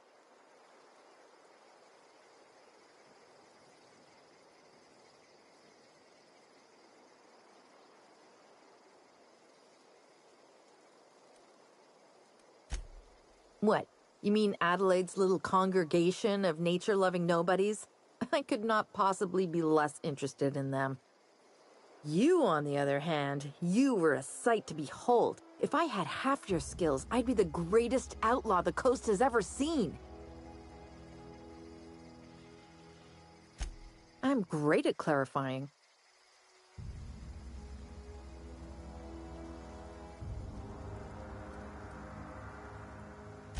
I got kicked out of Edgewater on account of falling sick with plague and stealing some medicine to treat myself. I'd heard some outlaws set up camp in the botanical labs. I decided to throw in with them, seeing as I always wanted to be an outlaw myself. Instead, what do I find? But a bunch of former workers camped out around a greenhouse. I couldn't just go back to the cannery, so I was stuck with them. No.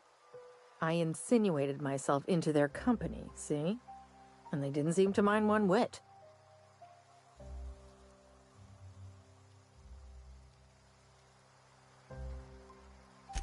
I may have bartered them a few boxes of Adrena time, but yeah, I'm sure that's got nothing to do with it.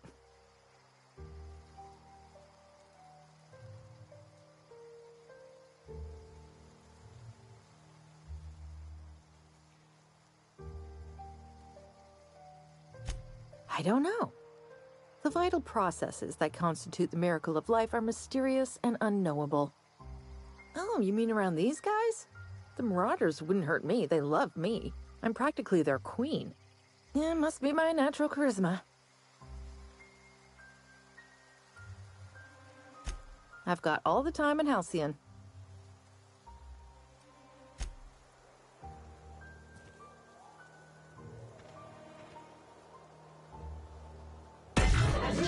Hot apple pie.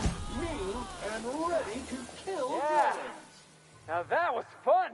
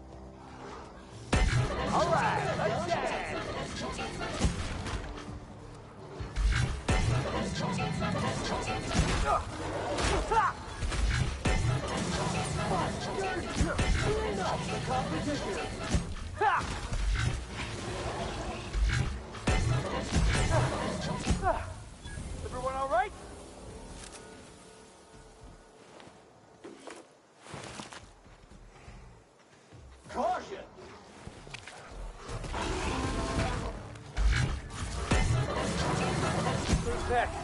Nobody? Yeah, that's what I thought.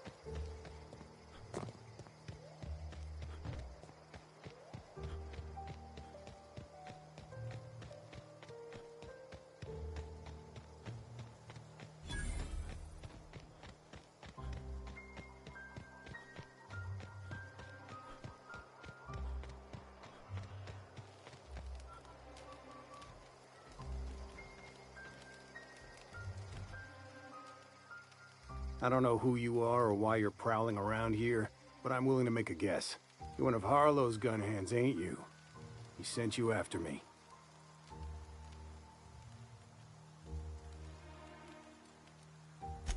Former wife. And if you so much as hurt a hair on Rosanna's head, I will put you in the ground.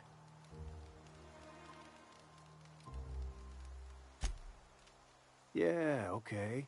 I'm having a conversation with a hired killer, but I'm supposed to relax. Thing is, you and I are at an impasse. Harlow wants me dead, and I've got no intention of dying.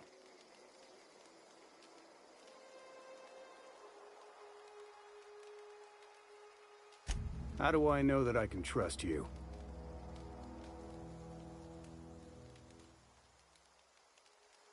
You've got good instincts, then. You were right not to trust Harlow. I never betrayed Harlow. Harlow betrayed all of us. The board's got him in their pocket, been paying him off for years. All that palaver about revolutions? It's a lie. You can't be serious. I've known the guy for years. Yeah, that's about how I reacted when I found out. That's the whole truth. Harlow's just another board asset. A two-bit mercenary wearing a dissident's clothes.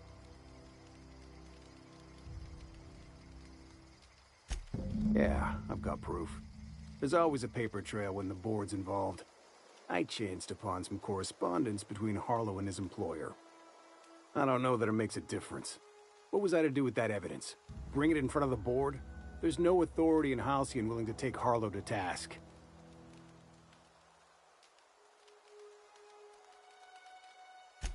Huh. You ain't like other board agents I heard about.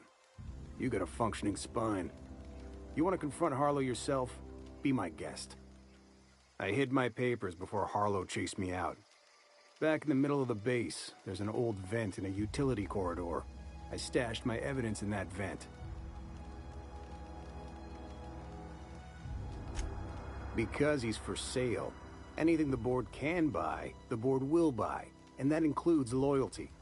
Harlow was a charismatic bastard, and he was ruthless. With Harlow in their pocket, the board had an informant, a pirate, a smuggler, and a gang leader all rolled up into one odious excuse for a human being. Sounds like a deal to me. Board-sanctioned piracy. Harlow went after the ships the board wanted destroyed, capturing anybody the board wanted captured. If we captured you, we'd ransom you. Harlow liked to do the job himself. Gather up the captives on his own ship, vanish for a couple of days. Only that's not what happened. Harlow's been selling his captives off to the board. I don't know where they ended up. Re-education, Tartarus, maybe worse. Take it you've made up your mind.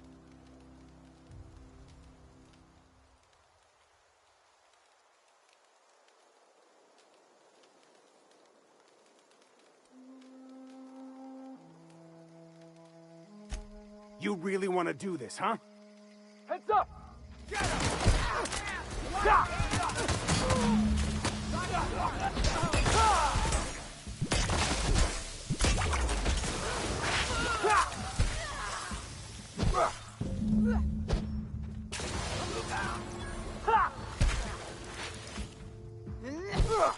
Got him, Fox! Customer, all germs and contaminants have been neutralized.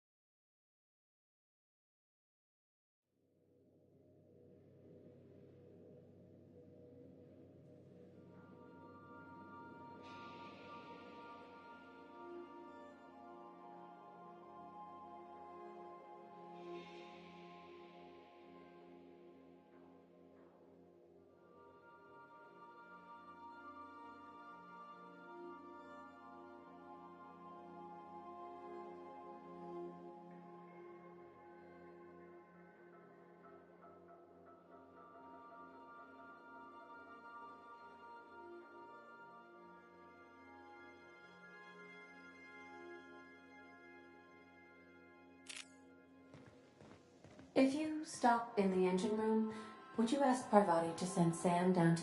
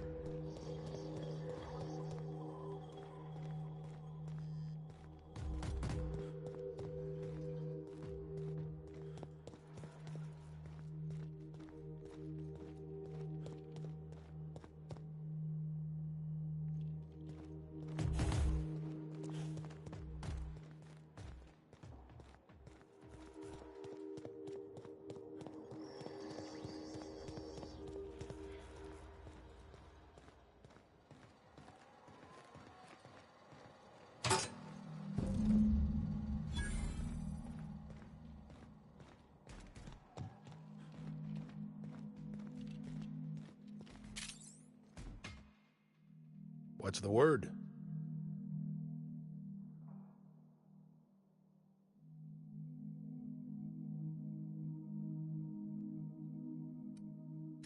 Not surprised. Trask was a dead man trying to negotiate with his own executioner. He'd say anything to preserve his life. That's a damning accusation. Am I right to presume you have some evidence on hand? Those papers don't prove a thing. We've all done business with the board. They own the whole damn colony. Trask put you up to this. That miserable wretch. He's trying to undermine everything I stand for.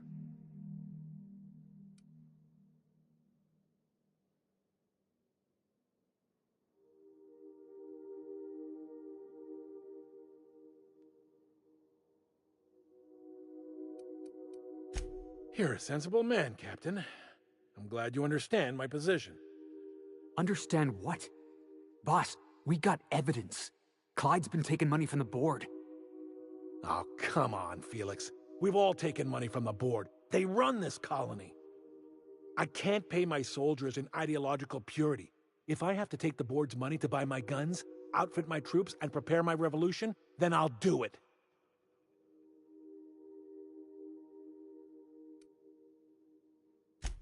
I know, but you gotta have principles, right? If you're on the establishment's payroll, you're a confederate to tyranny. Your captain is trying to teach you something, Felix. We must contend with reality not as we wish it to be, but as it is. Captain, I hope Trask hasn't tricked you into believing his ridiculous accusations. If you're willing to overlook this unpleasantness, I'm willing to take Felix into my crew. I don't know about this, boss. You've been real good to me. I'm not too keen on jumping ship.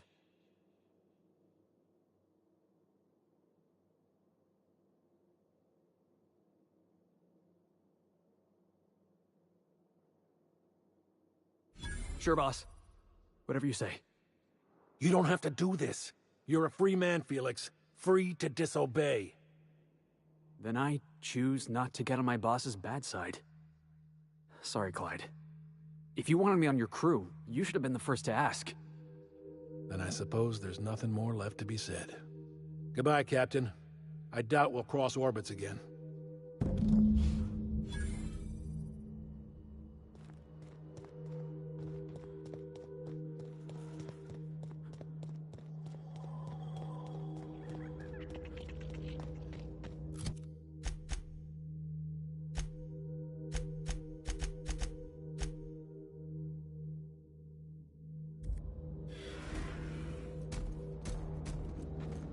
Boss, when we get back to the ship, I'd like a word with you.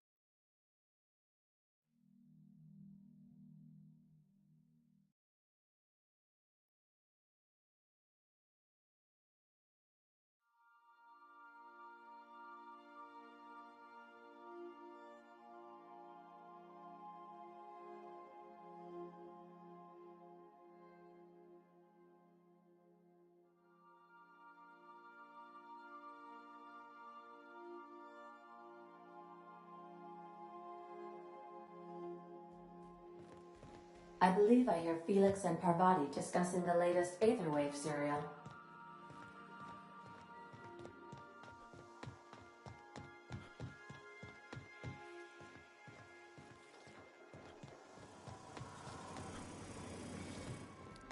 I don't know if you watched the big finale, but... We need to talk. Listen, boss. I owe you an apology. I got stupid. Clyde wanted me on his crew, and I jumped at the shot. You took a chance with me back on the Groundbreaker. I should have shown you a little more loyalty.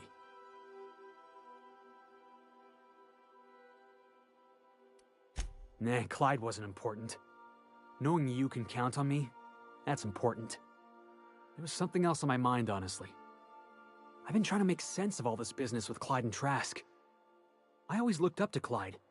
The thought that he could be an agent of the board is just abhorrent to me.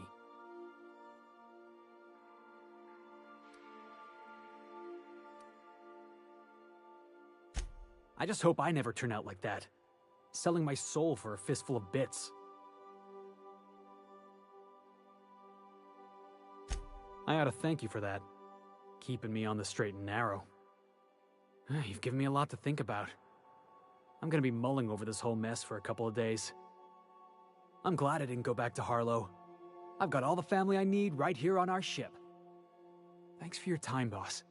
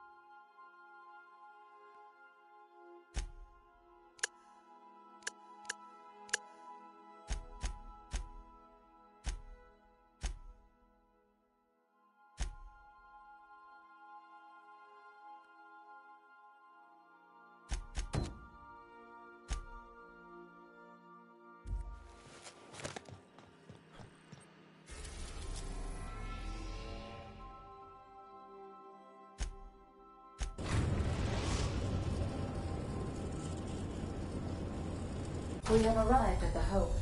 I need you to reroute power from our ship to the Hope's auxiliary generator. You'll have to connect me to the Hope's comm system so I can convince her central computer to enable the skip drive.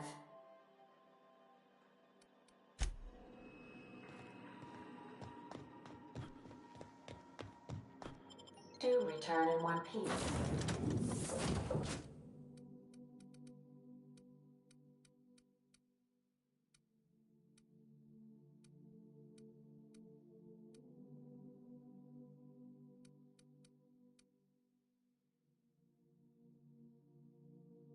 Captain.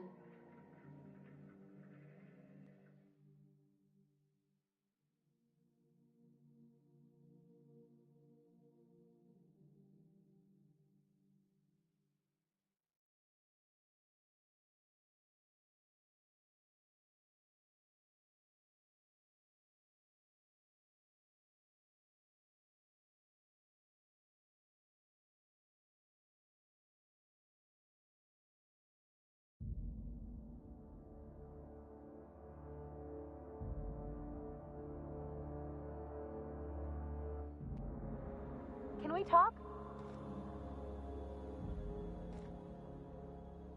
What did I tell you? Harlow's down with the man shtick was just an act. No one who yammers that much means half of it. Obviously not. And better for Felix to know that now rather than become the next Trask. Don't get all mushy on me now. Come on, what did we just learn? People look out for their own interests. It's a fundamental law of nature, same as gravity and conservation of motion.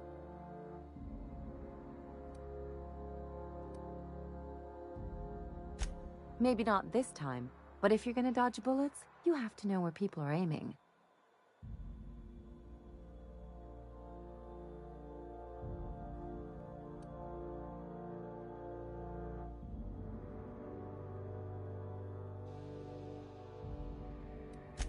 Well, let me know how that works out for you. Anyway, you really expect me to believe you're working for the board out of some high-minded idealism? Hey, I'm not trying to box you in, just having a friendly chat. Enough about Harlow, though. Anything else?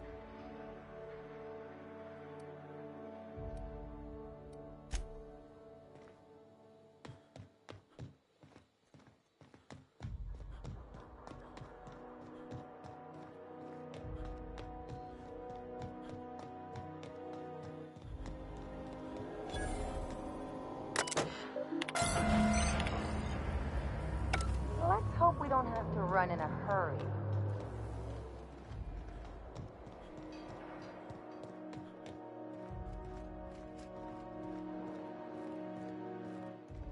Welcome aboard, Captain. Ms. Akande messaged ahead. I wish this place were in better condition for you, but we're in a bit of a bind. Seems the damn auto mechanicals think we're intruders.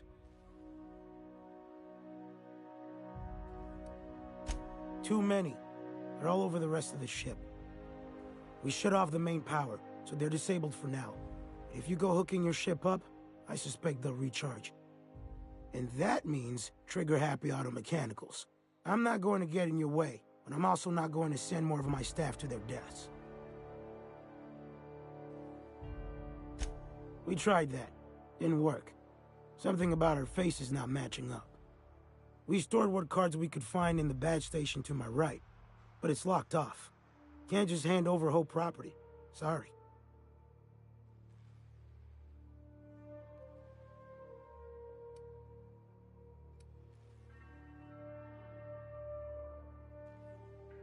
I'd heard rumors, but I never thought. So you're, what, 70-something years old? Whew. All right. I'll have someone open the door for you. Good luck.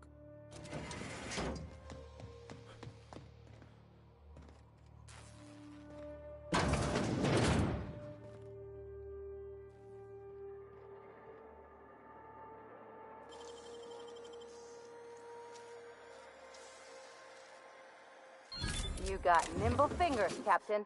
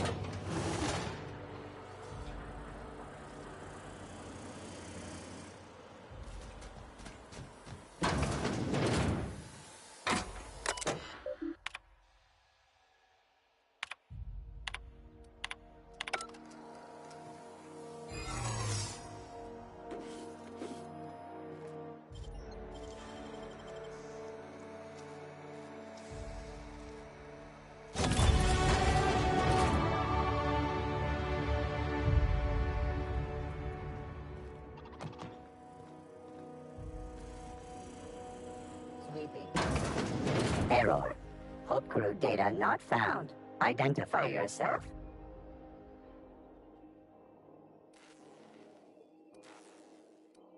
Error.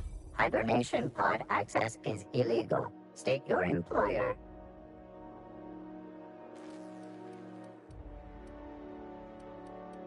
Registered. A fine of 10,000 bits will be assessed in your corporation's ledger for failure to follow proper hibernation pod procedures. Thank you for your cooperation.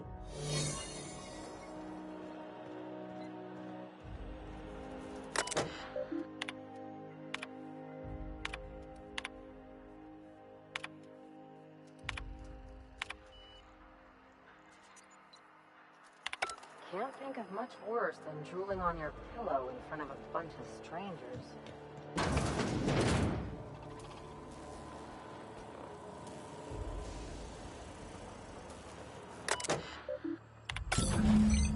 Can you hear me, Captain? I have successfully integrated myself into the Hope's comm systems, and am attempting to establish contact with the Hope's more primitive processor now. Would you like me to play a mood-suitable music selection while you travel to the bridge? Oh, sorry. File not found.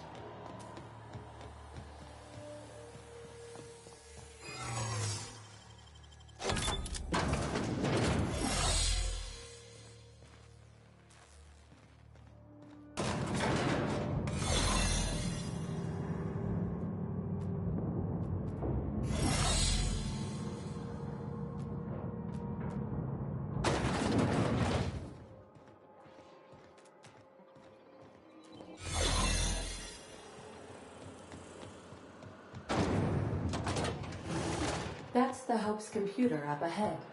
I'll admit, I am curious to wake him. Greetings, Captain. I am speaking to you through the Hope's computer system. It's a rather cramped feeling, but it'll do.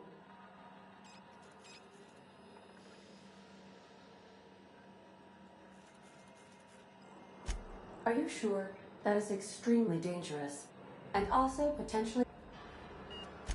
Jump-starting the skip drive. Destination set to Tartarus. I wouldn't advise that, Captain.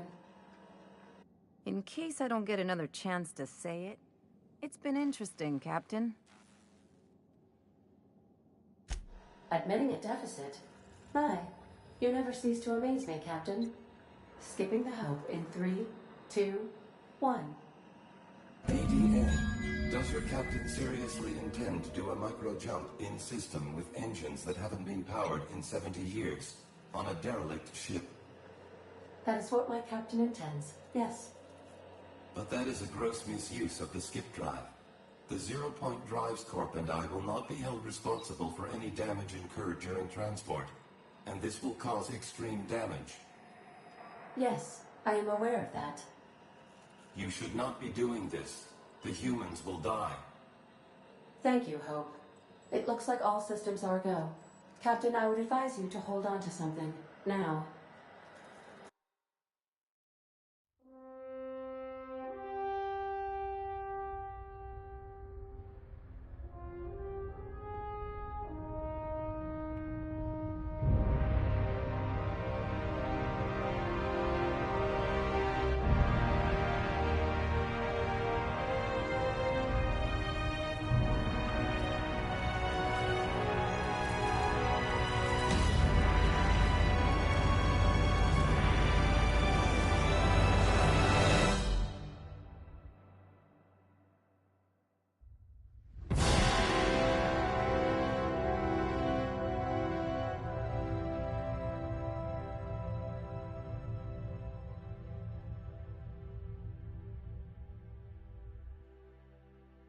Oh, good. We are still alive and have successfully skipped into Tartarus's orbit. The board has initiated contact.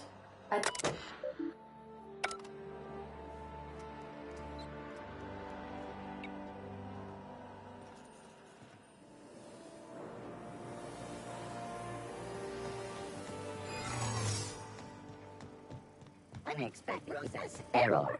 Hope crew data not found. Identify yourself. Error. Hibernation pod access registered. A fine of 10,000 bits.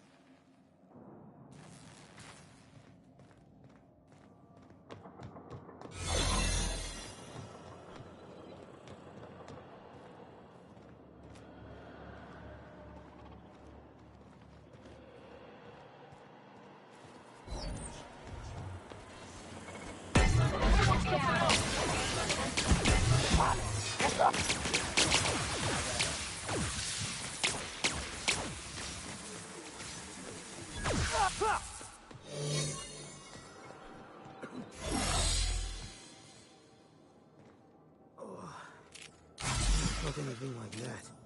I'm gonna need a minute.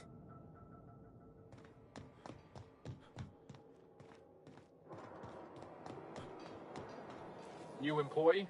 About time.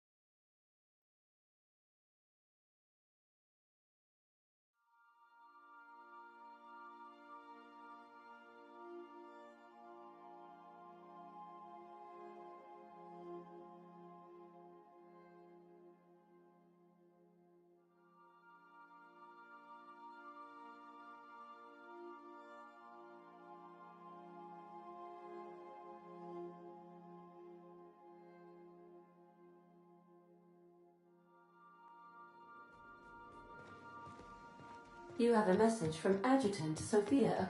Captain, you have an incoming transmission from Tartarus. Attention, Captain of the Unreliable. This is Chairman Rockwell. I'm on Tartarus and, we need your help. Thanks to your intelligence, we successfully captured Phineas, but he's somehow turned the tables on us. That crackpot scientist has caused a riot among the prisoners and unpaid laborers. It's a law-damned bloodbath down here. As if that weren't enough, he's gone and taken Sophia hostage. I'm not gonna mince words. The situation is dire. I need your help.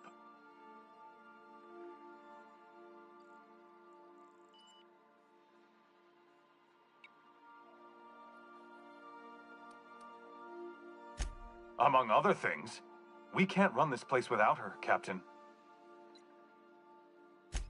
I don't know. They're in the pits somewhere. Well, you'll see for yourself when you get here. He lost his mind years ago. Do you have any idea how many Hope colonists he's killed for the sake of his science experiments?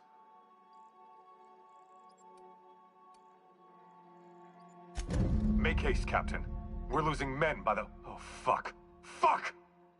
They're at the door! I need to hide. Hurry!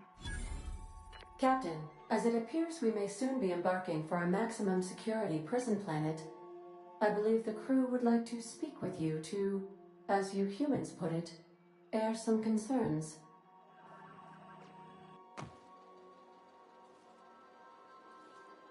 Doc Wells went and started a genuine prison riot. Didn't think the old man had it in him. Take action against bacteria with Sam's proprietary cleansing tincture. It kills 72.01% of all germs and skin cells alike. Captain, your service to the board has been invaluable. If you wish to claim your rightful place in Byzantium, you must help them crush the riots in the labyrinth.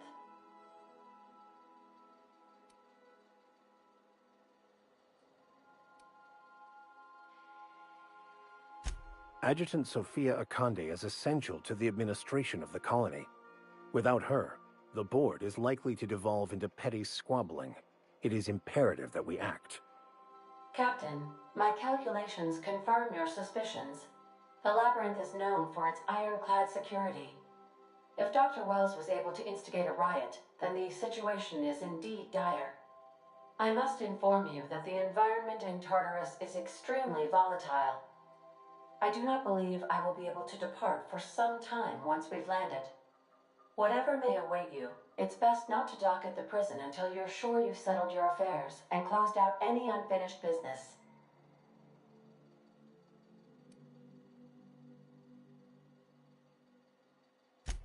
Are you kidding? You get invited to the most interesting parties. I'm in. I'm with you to the end. I ain't abandoning my crew, Captain. In my experience, you can try to run, but the past always catches up in the end. I'm committed to seeing this through. Reminder, this unit is no longer under warranty. Waiting on your command, Captain.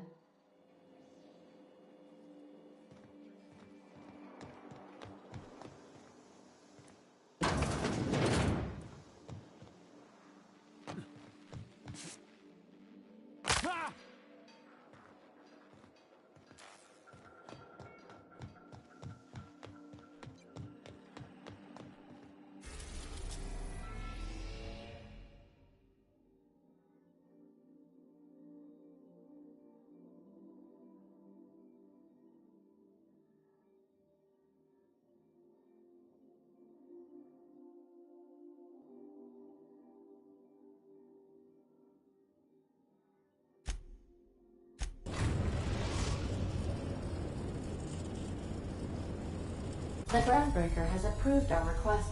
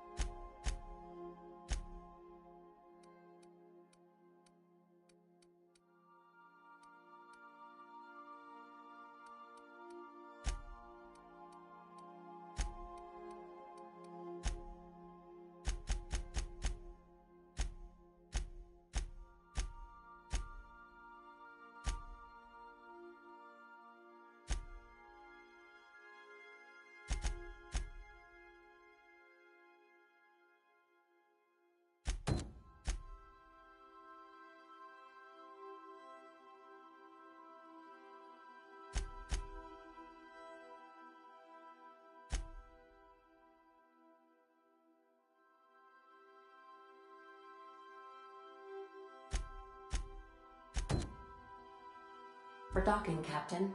You're free.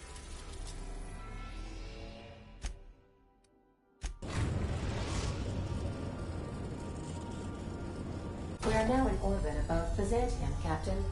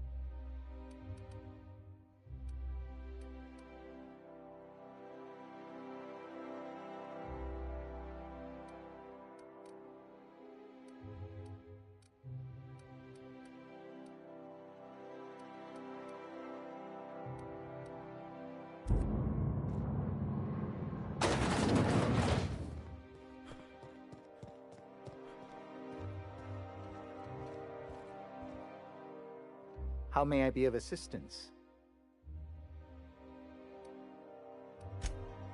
I am at your service.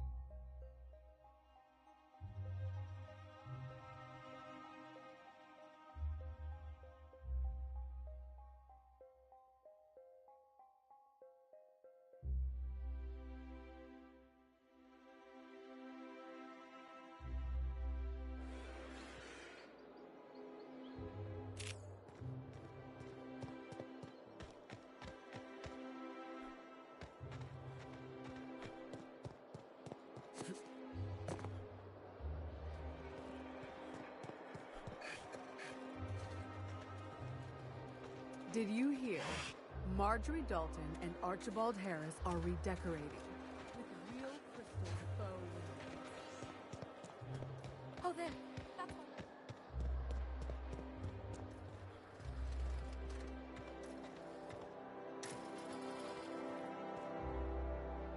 Today's trends are tomorrow's trash.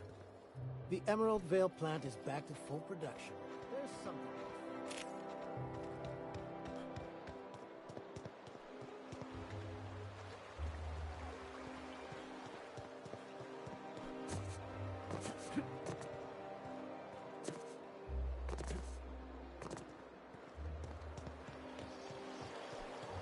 Your best find this week.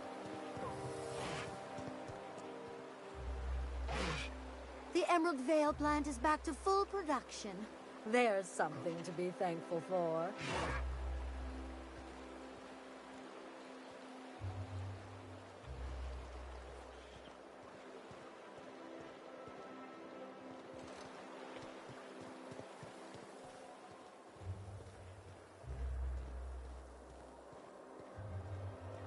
Remember that stranger I saw in the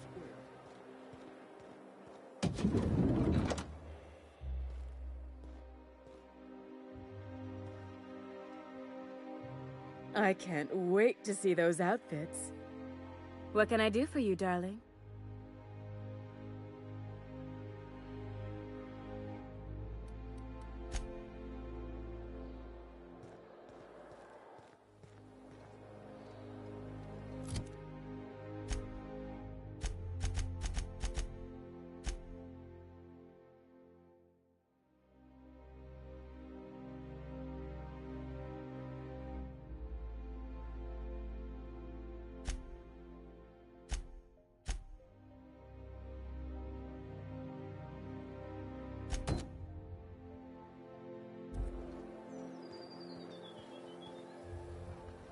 I've always loved that sculpture.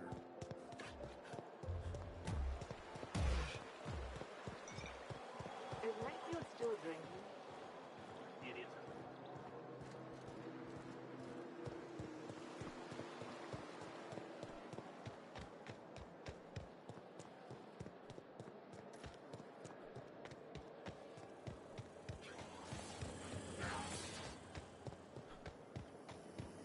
There's my parents' place. Smell that? Industrial-grade cleaning solvent in desperation. That's not all I smell.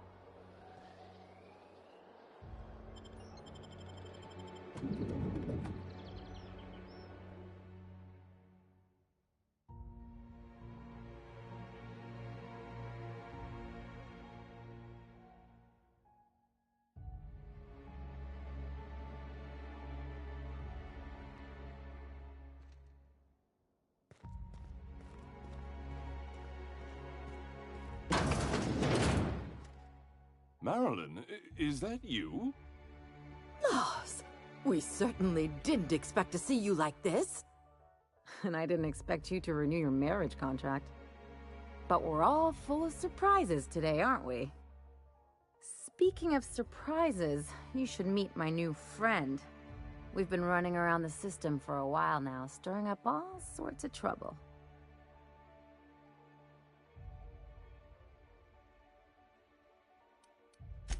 There you go again, Captain. Always menacing polite society. Anyway, you're probably wondering where I've been all this time. Not exactly. The last few years have been a bloody haze. You wouldn't believe the messes we've gotten ourselves into. Right?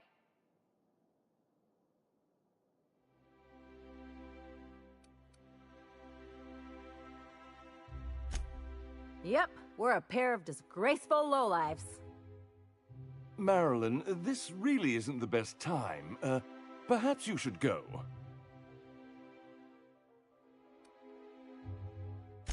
I mean, we had other business in Byzantium, so it's not like we went out of our way.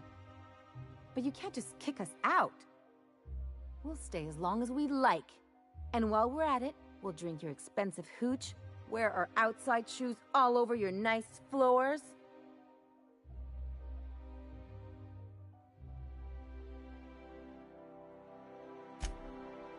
He's right.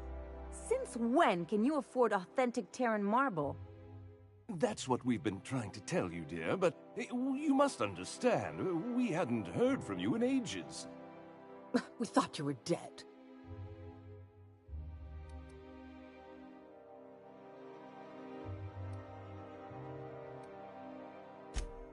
I'm not dead. I just never wanted to talk to you again. I'm afraid the distinction was lost on us, darling.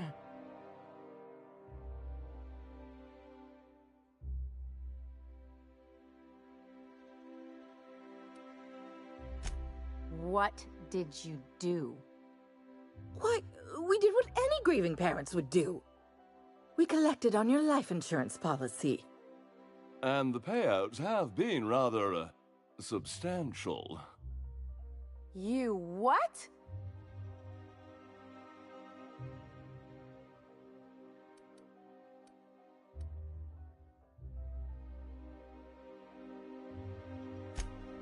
Well, now that I'm here, I guess you'll just have to report back that I'm very much alive and kicking.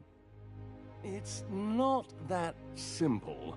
For one thing, we'd have to cut back on so many necessities. The neighbors would be sure to notice. Why did you do that? We had to explain your disappearance somehow. We couldn't very well tell people you'd run off to become a miscreant, could we?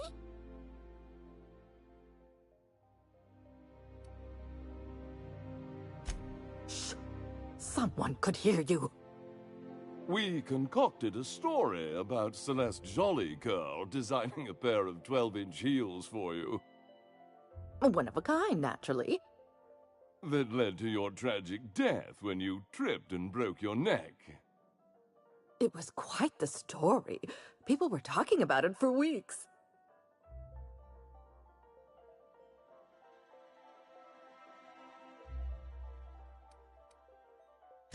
Not until I get some answers. Couldn't you have at least made up a better story? Something with pirates or raptidons? And what are you gonna do now that we're here? Yes, about that. We were just about to ask you to, leave. Quietly, if you don't mind.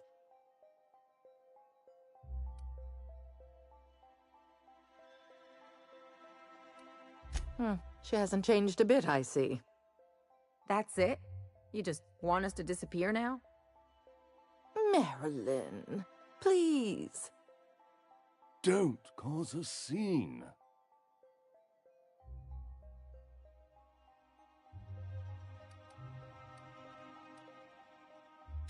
Let's just get out of here, Captain.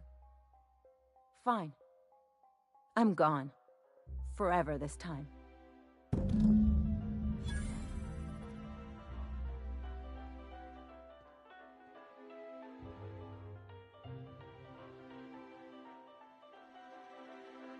Let's talk outside.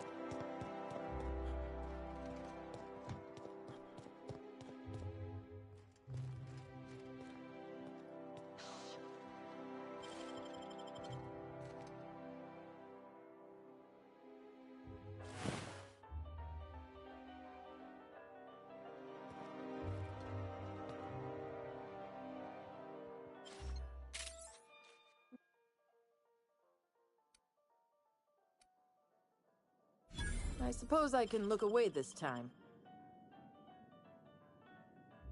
Getting too close for comfort. What do you think you're doing?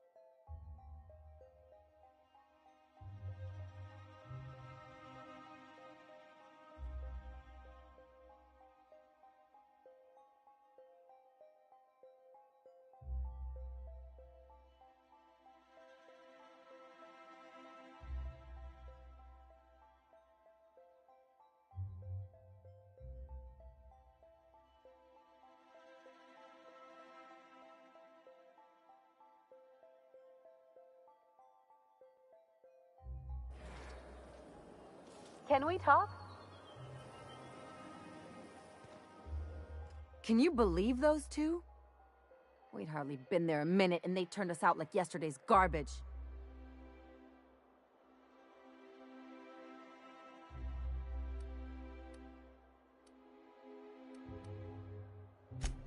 I thought they'd be scandalized.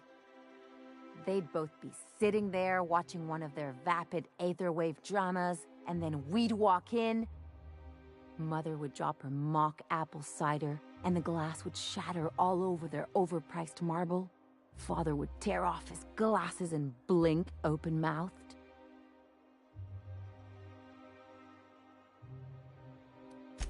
I'd have a great one-liner in the tube. I was thinking either, the leather's fake but the scars are real, or, oops, did I just track awesome onto your rug?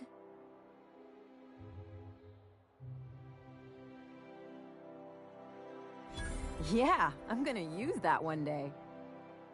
Now, getting back to my story. Father would throw his hands up, because this would be just like me, to come back and make a big scene. Then, Mother would do the old, "You had us worried sick." Her eyes would be red, and she'd have her fist in front of her mouth to stifle a sob.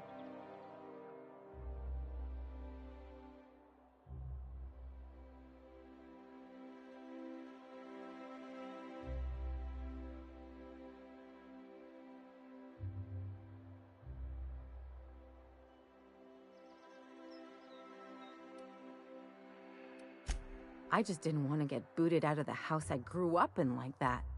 It's embarrassing, you know. And I've got a reputation to maintain.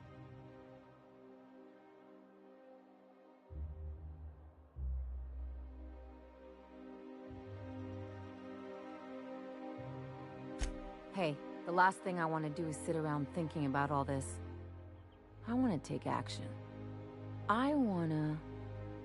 Wait a second. What if I could get that money?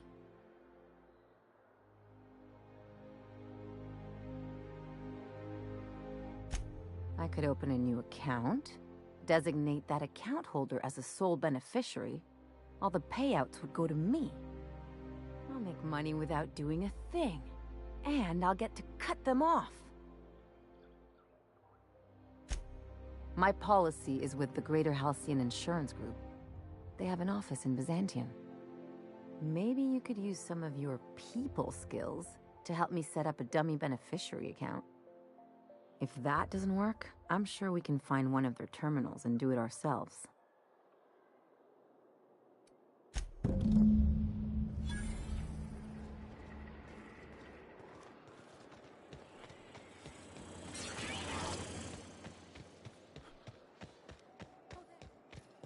It is endlessly fascinating to me that all of existence is simply atoms, molecules, and chemical reactions, which in turn create and govern our bodies, minds, and emotions.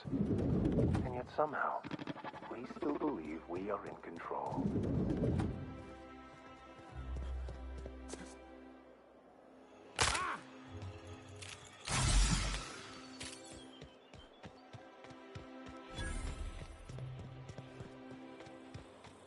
Hey, you. Yeah, you. Want to be famous?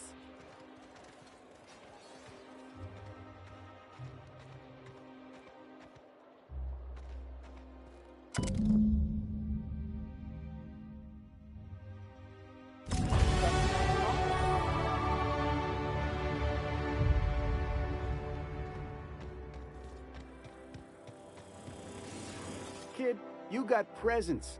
Natural magnetism, know what I mean?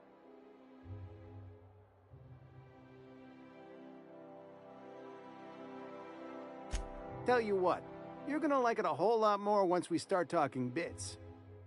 Listen, you got an agent? Some kind of representation?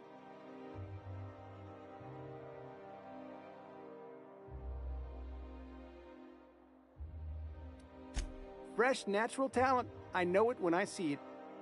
Listen, you got a real special quality, raw energy. I see you in pictures, kid.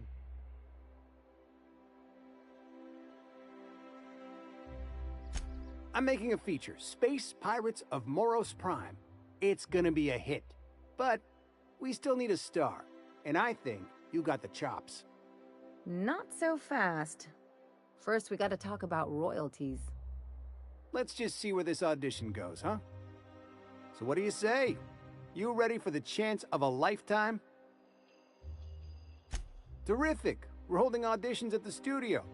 Head to Odeon Pictures and take the elevator. You're going all the way to the top, baby!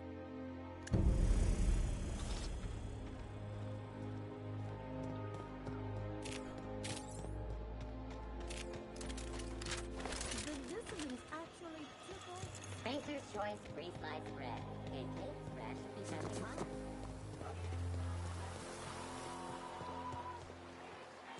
Hortense yells at me about Baker's money.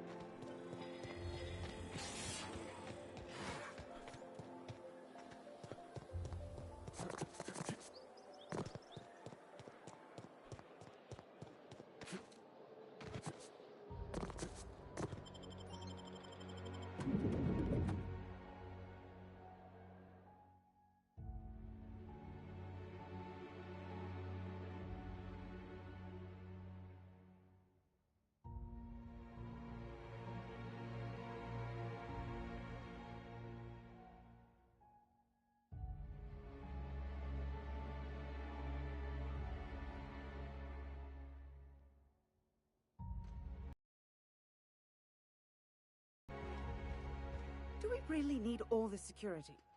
I have to go through 3 checkpoints just to take a bathroom.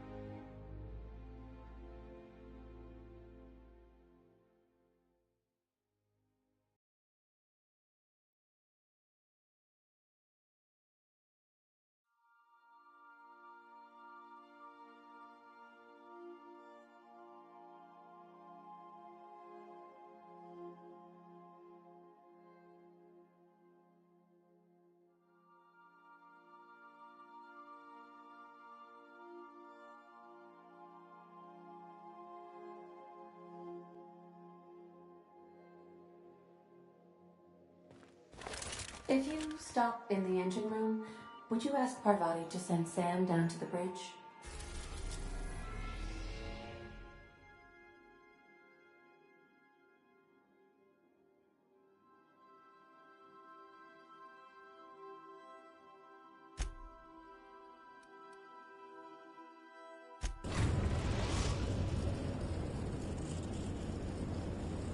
We're now in orbit above Fallbrook, Captain.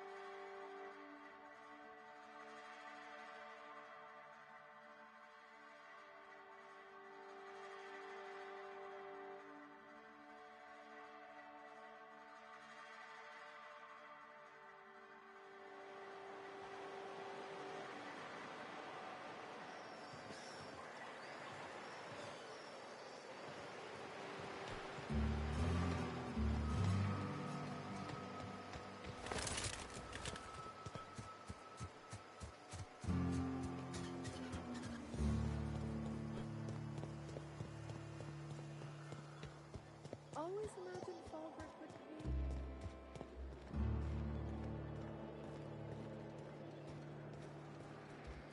be... This looks like the place. You ready? Note that all of your fragments must be recovered and must be smaller than a standard bit cartridge for the payouts to kick in. We're not on Monarch.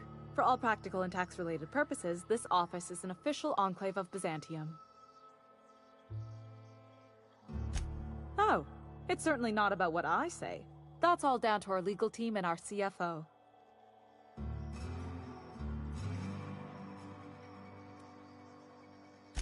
I remember that one. That's the young socialite who broke her neck, right? Of course, no one remembers me for the marauders I've killed or the bits I've stolen. Typical. That claim was airtight. Our best investigators couldn't find an exclusion for that one. You can't, of course. Only Miss Fenhill can assign her beneficiaries. And she's dead. If we let every friend, relative, and acquaintance change a policy like that, people would do it all the time. Imagine the paperwork. Of course she is. The paperwork says so. I like to think she's dead in spirit, but technically, legally, and regretfully, I'm still Marilyn Fenhill. That's impossible. By all accounts, she was an elegant and classy woman with impossibly fine bone structure. That couldn't possibly be you. That's gotta be the nicest thing anyone's said to me in a long while. Oh, you mean hypothetically? Well, hypothetically, you'd access the terminal in the back room that contains data on all our policies. And you'd, theoretically, add the beneficiary of your choice. But you wouldn't actually do that, of course. That would be fraud.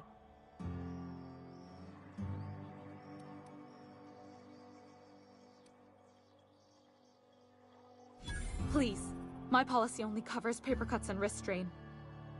Very well, I'll do it. But then you've got to go. Confrontations like this will raise my premiums. I'll need the name of the new beneficiary. Ellie Fenhill? If you say so. The payouts will flow exclusively into the new account at the start of the month. I hope Ms. Fenhill enjoys her newfound prosperity.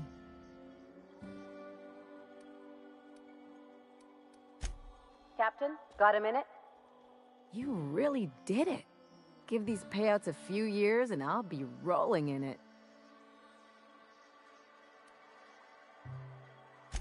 I've never been prouder to stand back and watch someone else work. I'm just glad my folks aren't gonna live off that awful story they made up. Maybe now they'll have to go back to real jobs.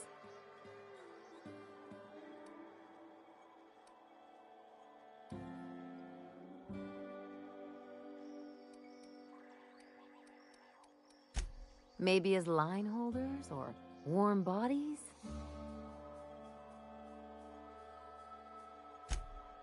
Come on, I thought we were celebrating.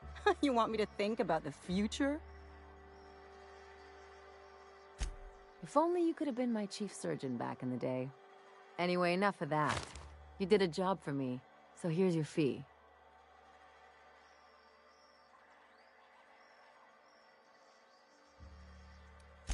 See? Even after all your starry-eyed talk, you're a mercenary at heart.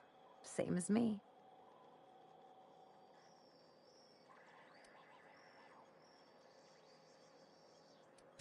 Hey, I get it. If anything, I respect you more now. You know, I'm thinking I ought to find another gig once this one's all done. One where I can really work on my own. Easiest way to take care of myself is to work with the one person I trust the most, right? Anyway, enough chit-chat.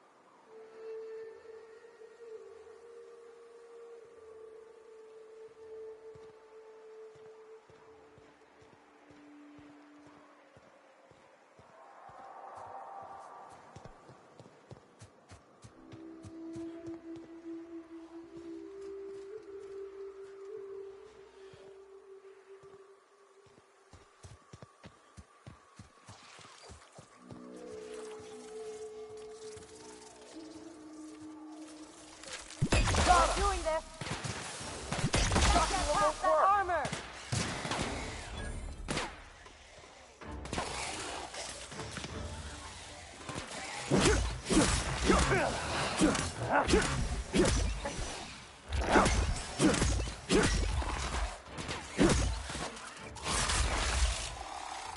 Plasma isn't working!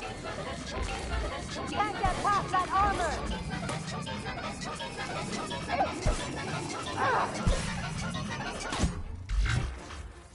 Plasma isn't working! Everyone all right?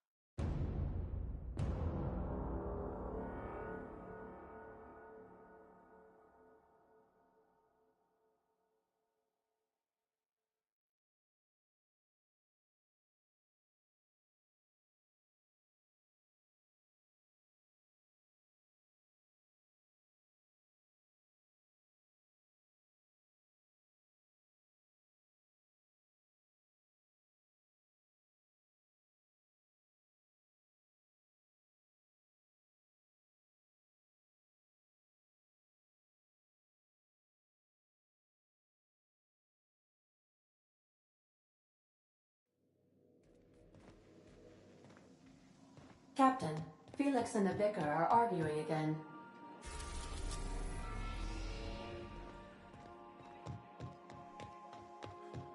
Take someone to watch.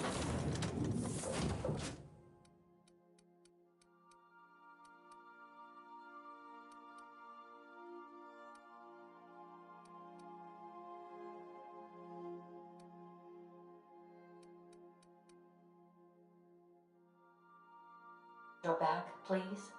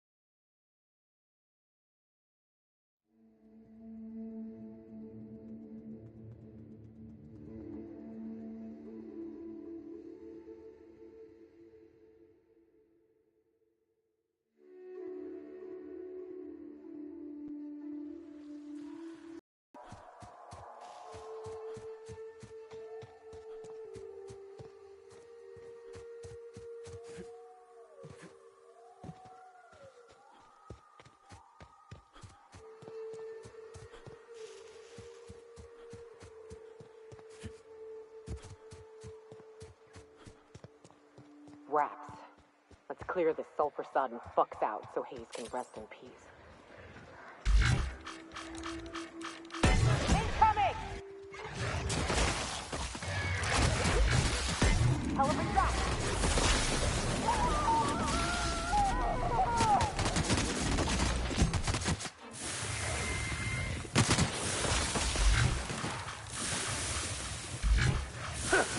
Well done. We are victorious.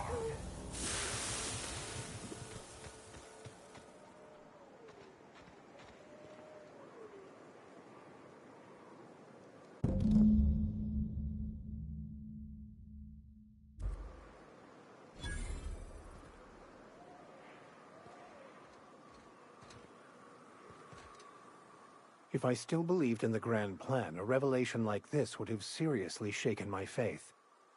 Knowing you, I can only assume.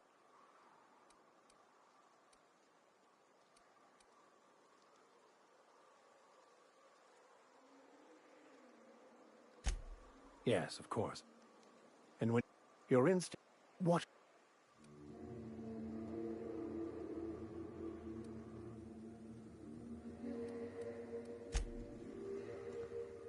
Hayes was the best self-sacrificing son of a saint I ever met. Halcyon is worse off without him. Now, if we're gonna lure the Manta Queen out, we'll need to find Rebecca and Anders. They took a UDL contract on Terra 2. We never heard from them again. Think it's time I call in a favor with Hiram. If anyone can track them down, it's him.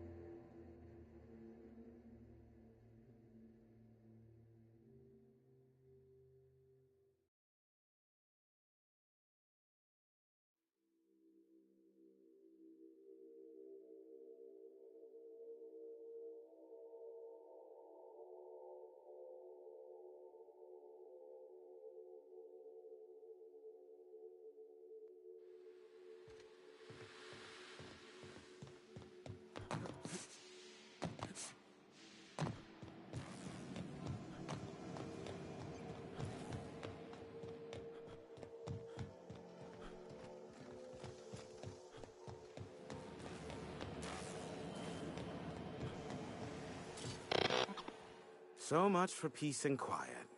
Would it kill the...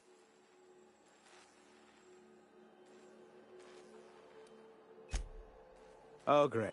Aw.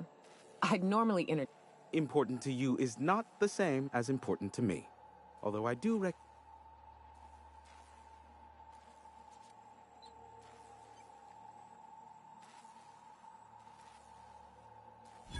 Whoa, hey, there is zero need for violence in this station. Look, I'll do what I... Rebecca Hodges and Anders Wadsworth. They took a UDL If UDL hired 2 hunters back then, it would have been for creature clearing purposes, round 1 of their spacers. These are the coordinates for the outpost under the last UDL. Yes, the one that crashed. I saw it on the security feed. A bit grainy, but what about it?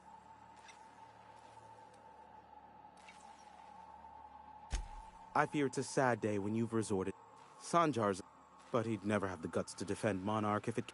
I don't know enough about Zora to make an adequate assessment, so you can bet I'm compiling a dossier on her now. From her pediatric records as a teething toddler to... As I'm not the one...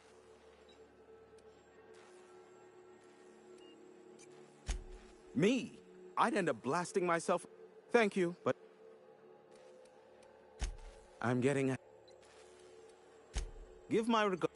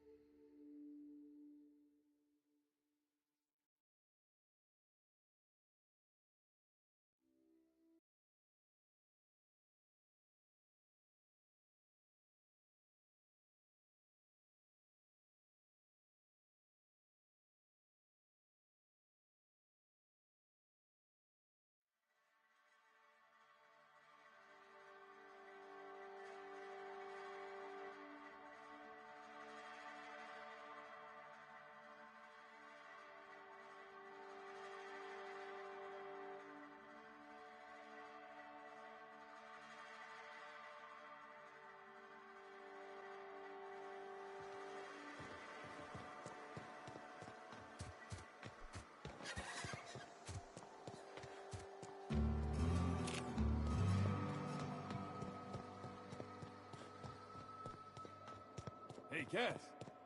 Knock, knock.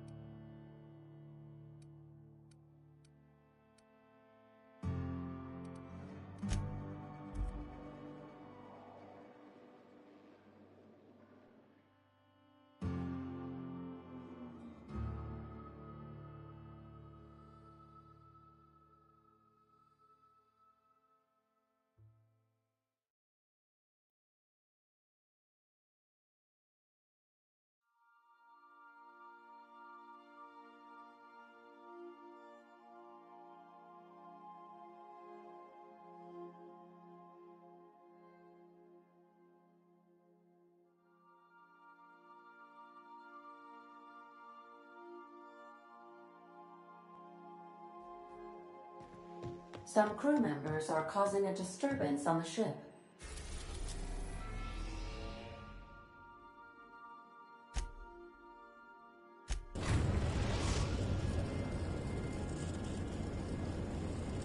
now in orbit above Edgewater, Captain.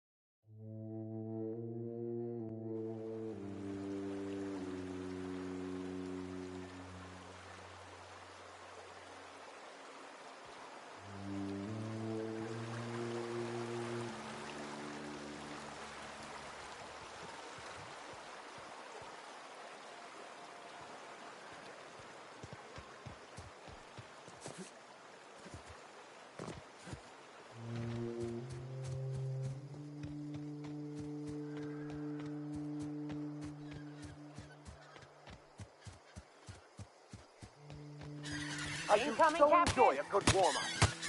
Don't mess with us.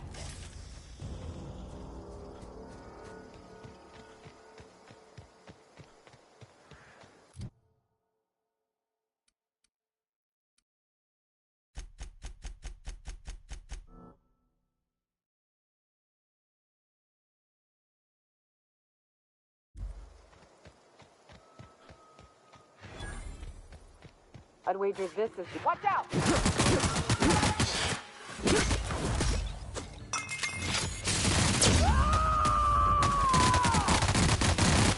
I am a storm! We're not getting through!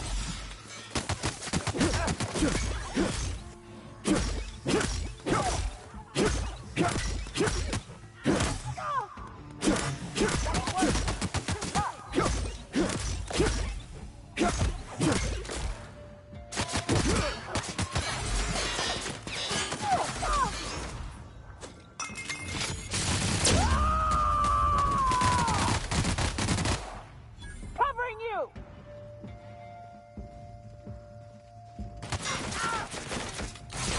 Never anger a man of the cloth!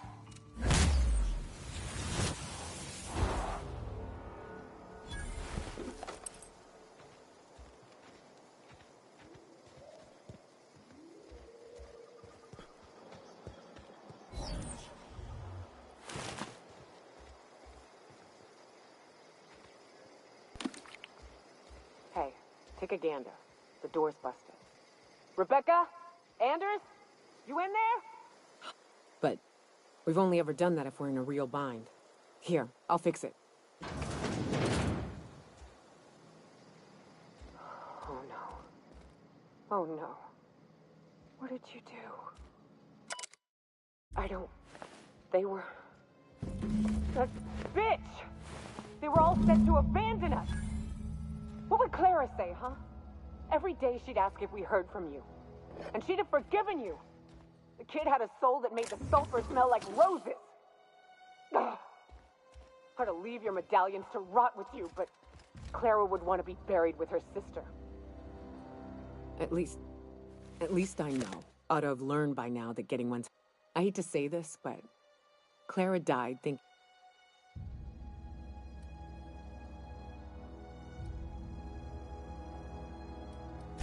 Only thing left is to take these medallions home. The most pissed off...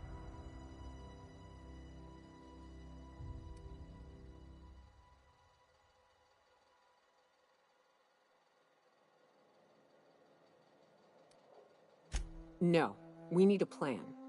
You may be a capable sort, but so are my friends. I ain't making that mistake twice. I've never had the pleasure of hunting primals, but I hear they're all over Scylla. Let's tear a few apart, shall we? I'm sure they've got pheromones. Everything does.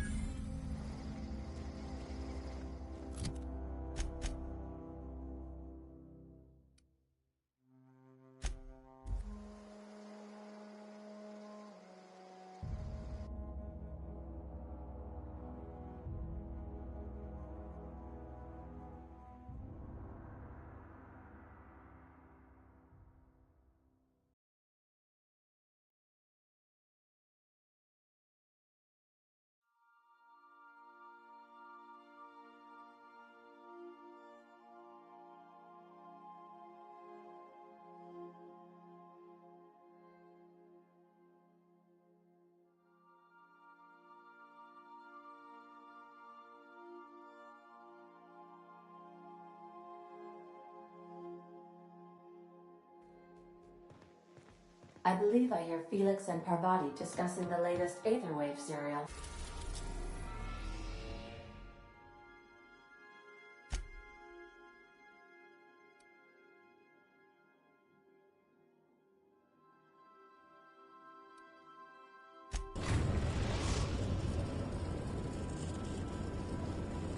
Destination reached.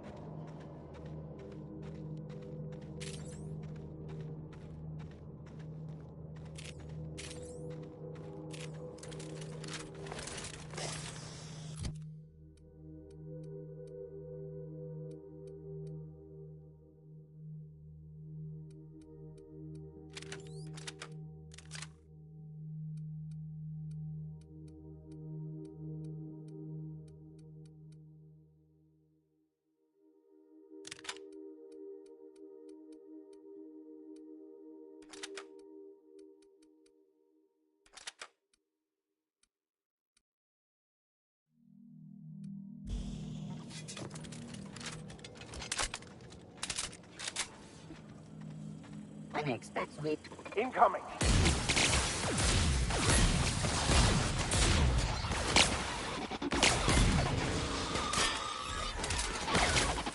Everyone all right?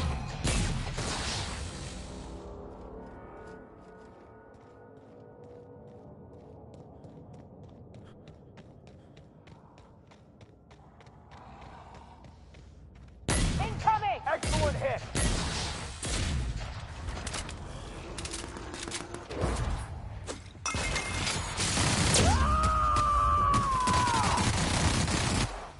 Dread, you say? May you find peace in death.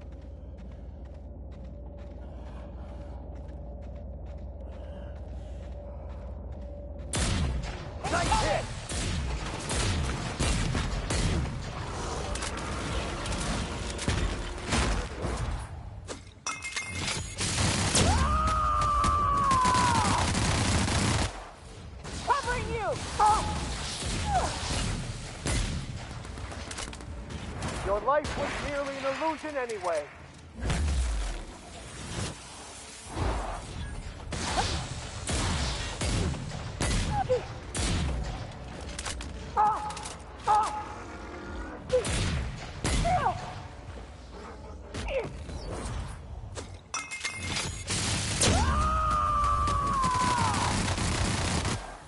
Dreads, you say? That's the last of them.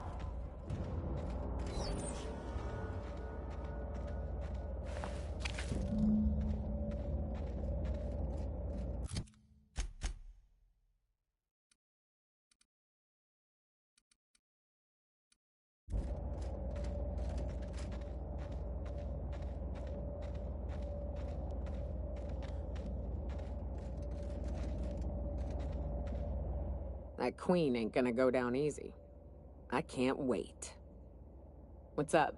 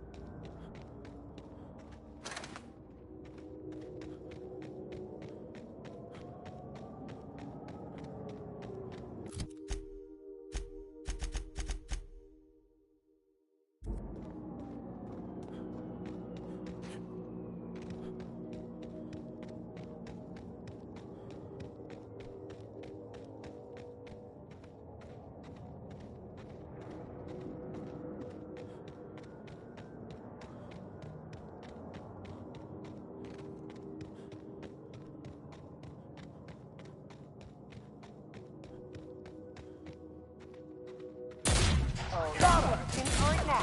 Pass that armor! Good score, Cap!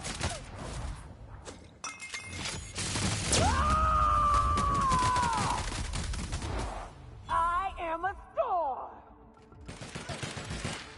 I've had quite enough of you!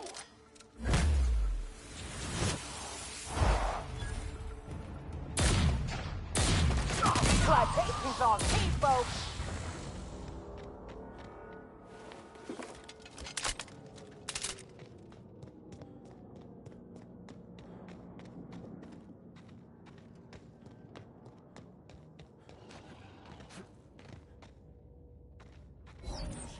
I hope you're ready for a fight, Captain.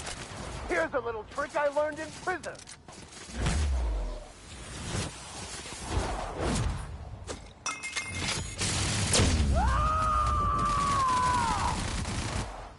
Cover you!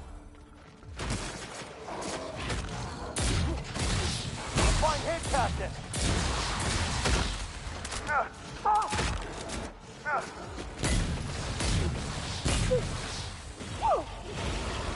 Leave them to never anger a man of the cloth.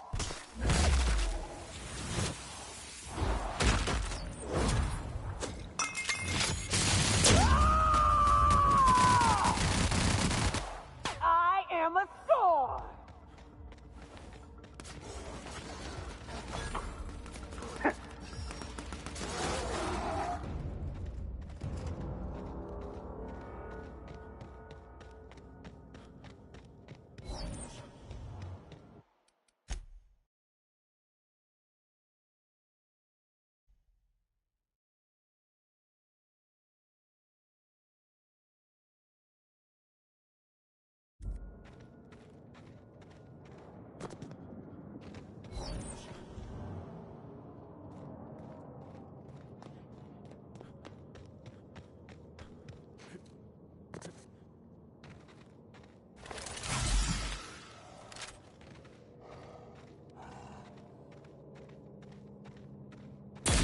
This will be over quickly.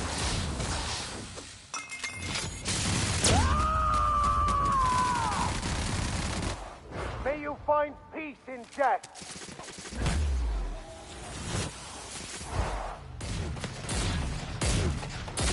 Don't mess with us.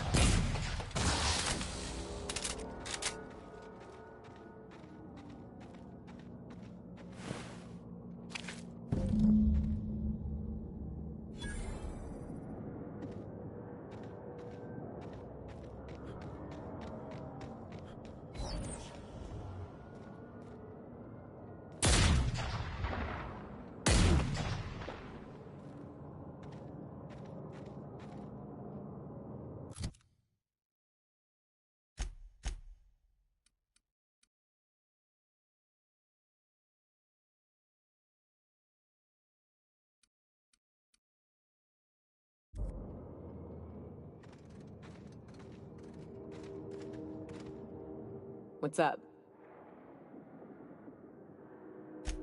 Outstanding. These ought to be enough. Let's get back to Monarch. There's an old base I used to call home. I can get us in the door, but we'll have to shoot our way through the Queen's brood to get to the center. We'll set the bait there.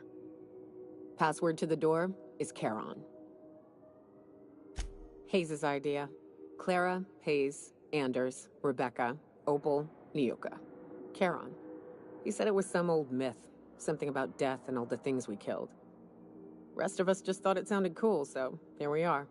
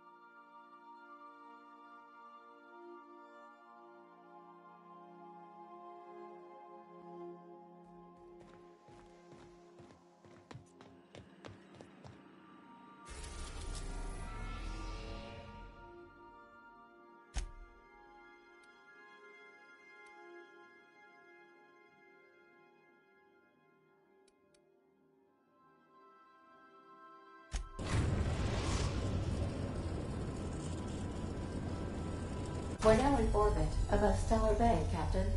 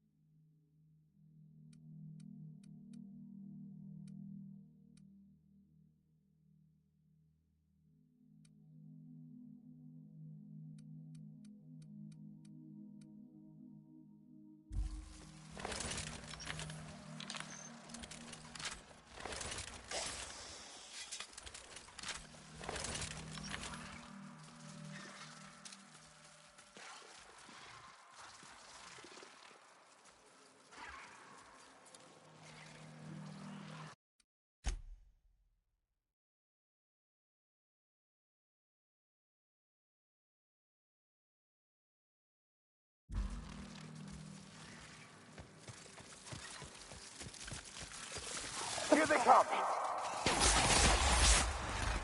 Nice one, Captain! Your life was merely an illusion anyway.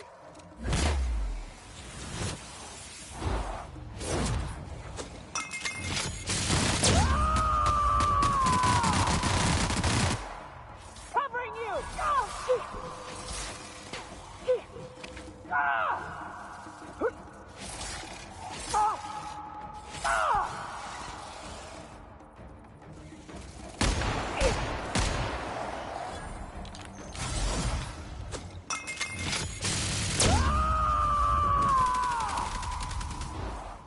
I'll take your confession now.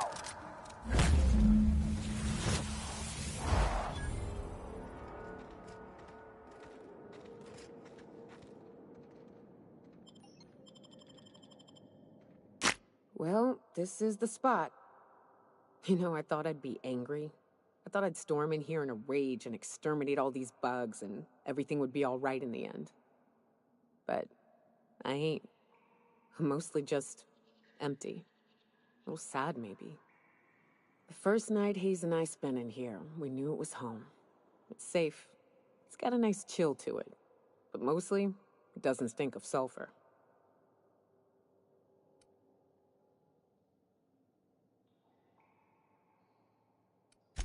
Monarch folks often joke about it. Not because of the smell or the grittiness it leaves in your throat. Not because of the headaches or the coughing. It's because there's no escaping it. It's life here, and there ain't anything you can do about it. But here, somehow the sulfur never made it. The nights we spent in here felt like vacations. So we started building.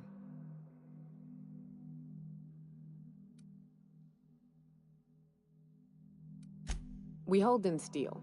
Hired sublight folk to help. That's how we met Anders and Opal. They stuck around after our contract was up. Opal liked camping. Anders liked chasing her tail. 4 of us for a while, scraping together what bits we could to build our home. Then came Rebecca, a sawbones out of the Cascadia survivors, who took a kindness to Hayes. And Clara, her little sister. I'll admit I wasn't keen on taking her on at first. But for a teenager, she was surprisingly capable.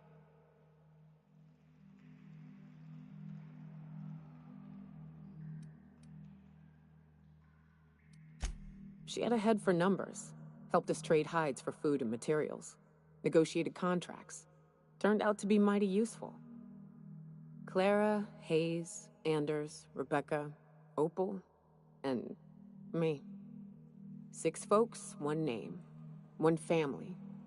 Charon. Despite Monarch trying to kill us day in and day out, we managed to belong.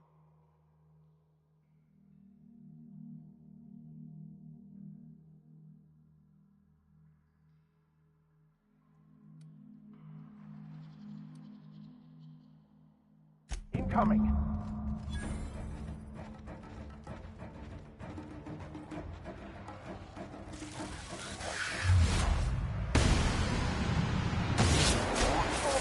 I've had quite enough of you!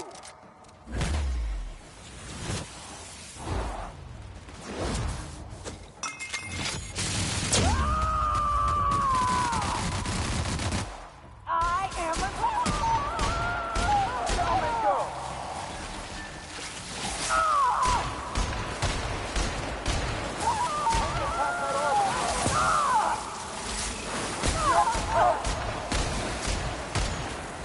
I'll take your confession now!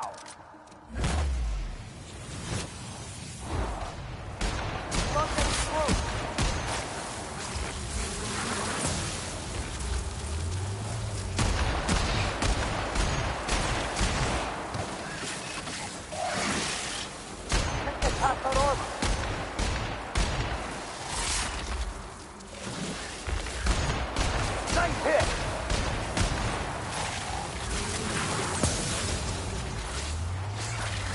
May you find peace in death!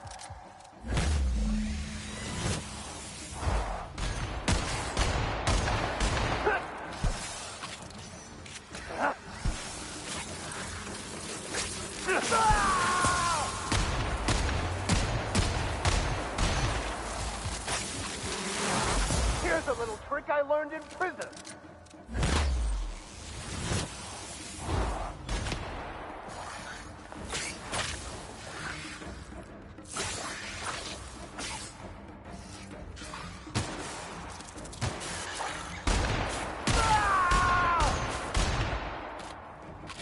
Your life was merely an illusion anyway.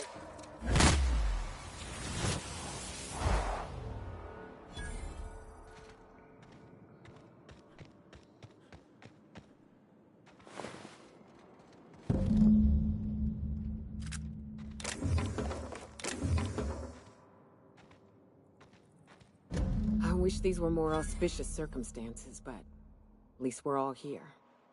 This bringing them together, burying them. This is the kind of thing Hayes would have done. That makes it stupid.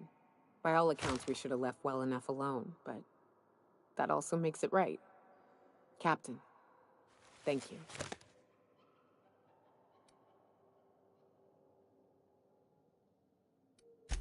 You mind if we rest a spell before we head out? I'd like to bury Opal and Clara proper before I lay everyone's medallions to rest.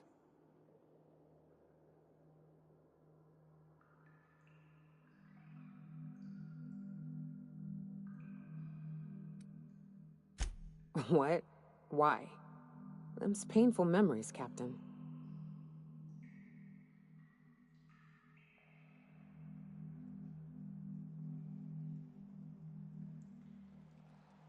Huh. That ain't a bad point. All right, Captain. Thanks.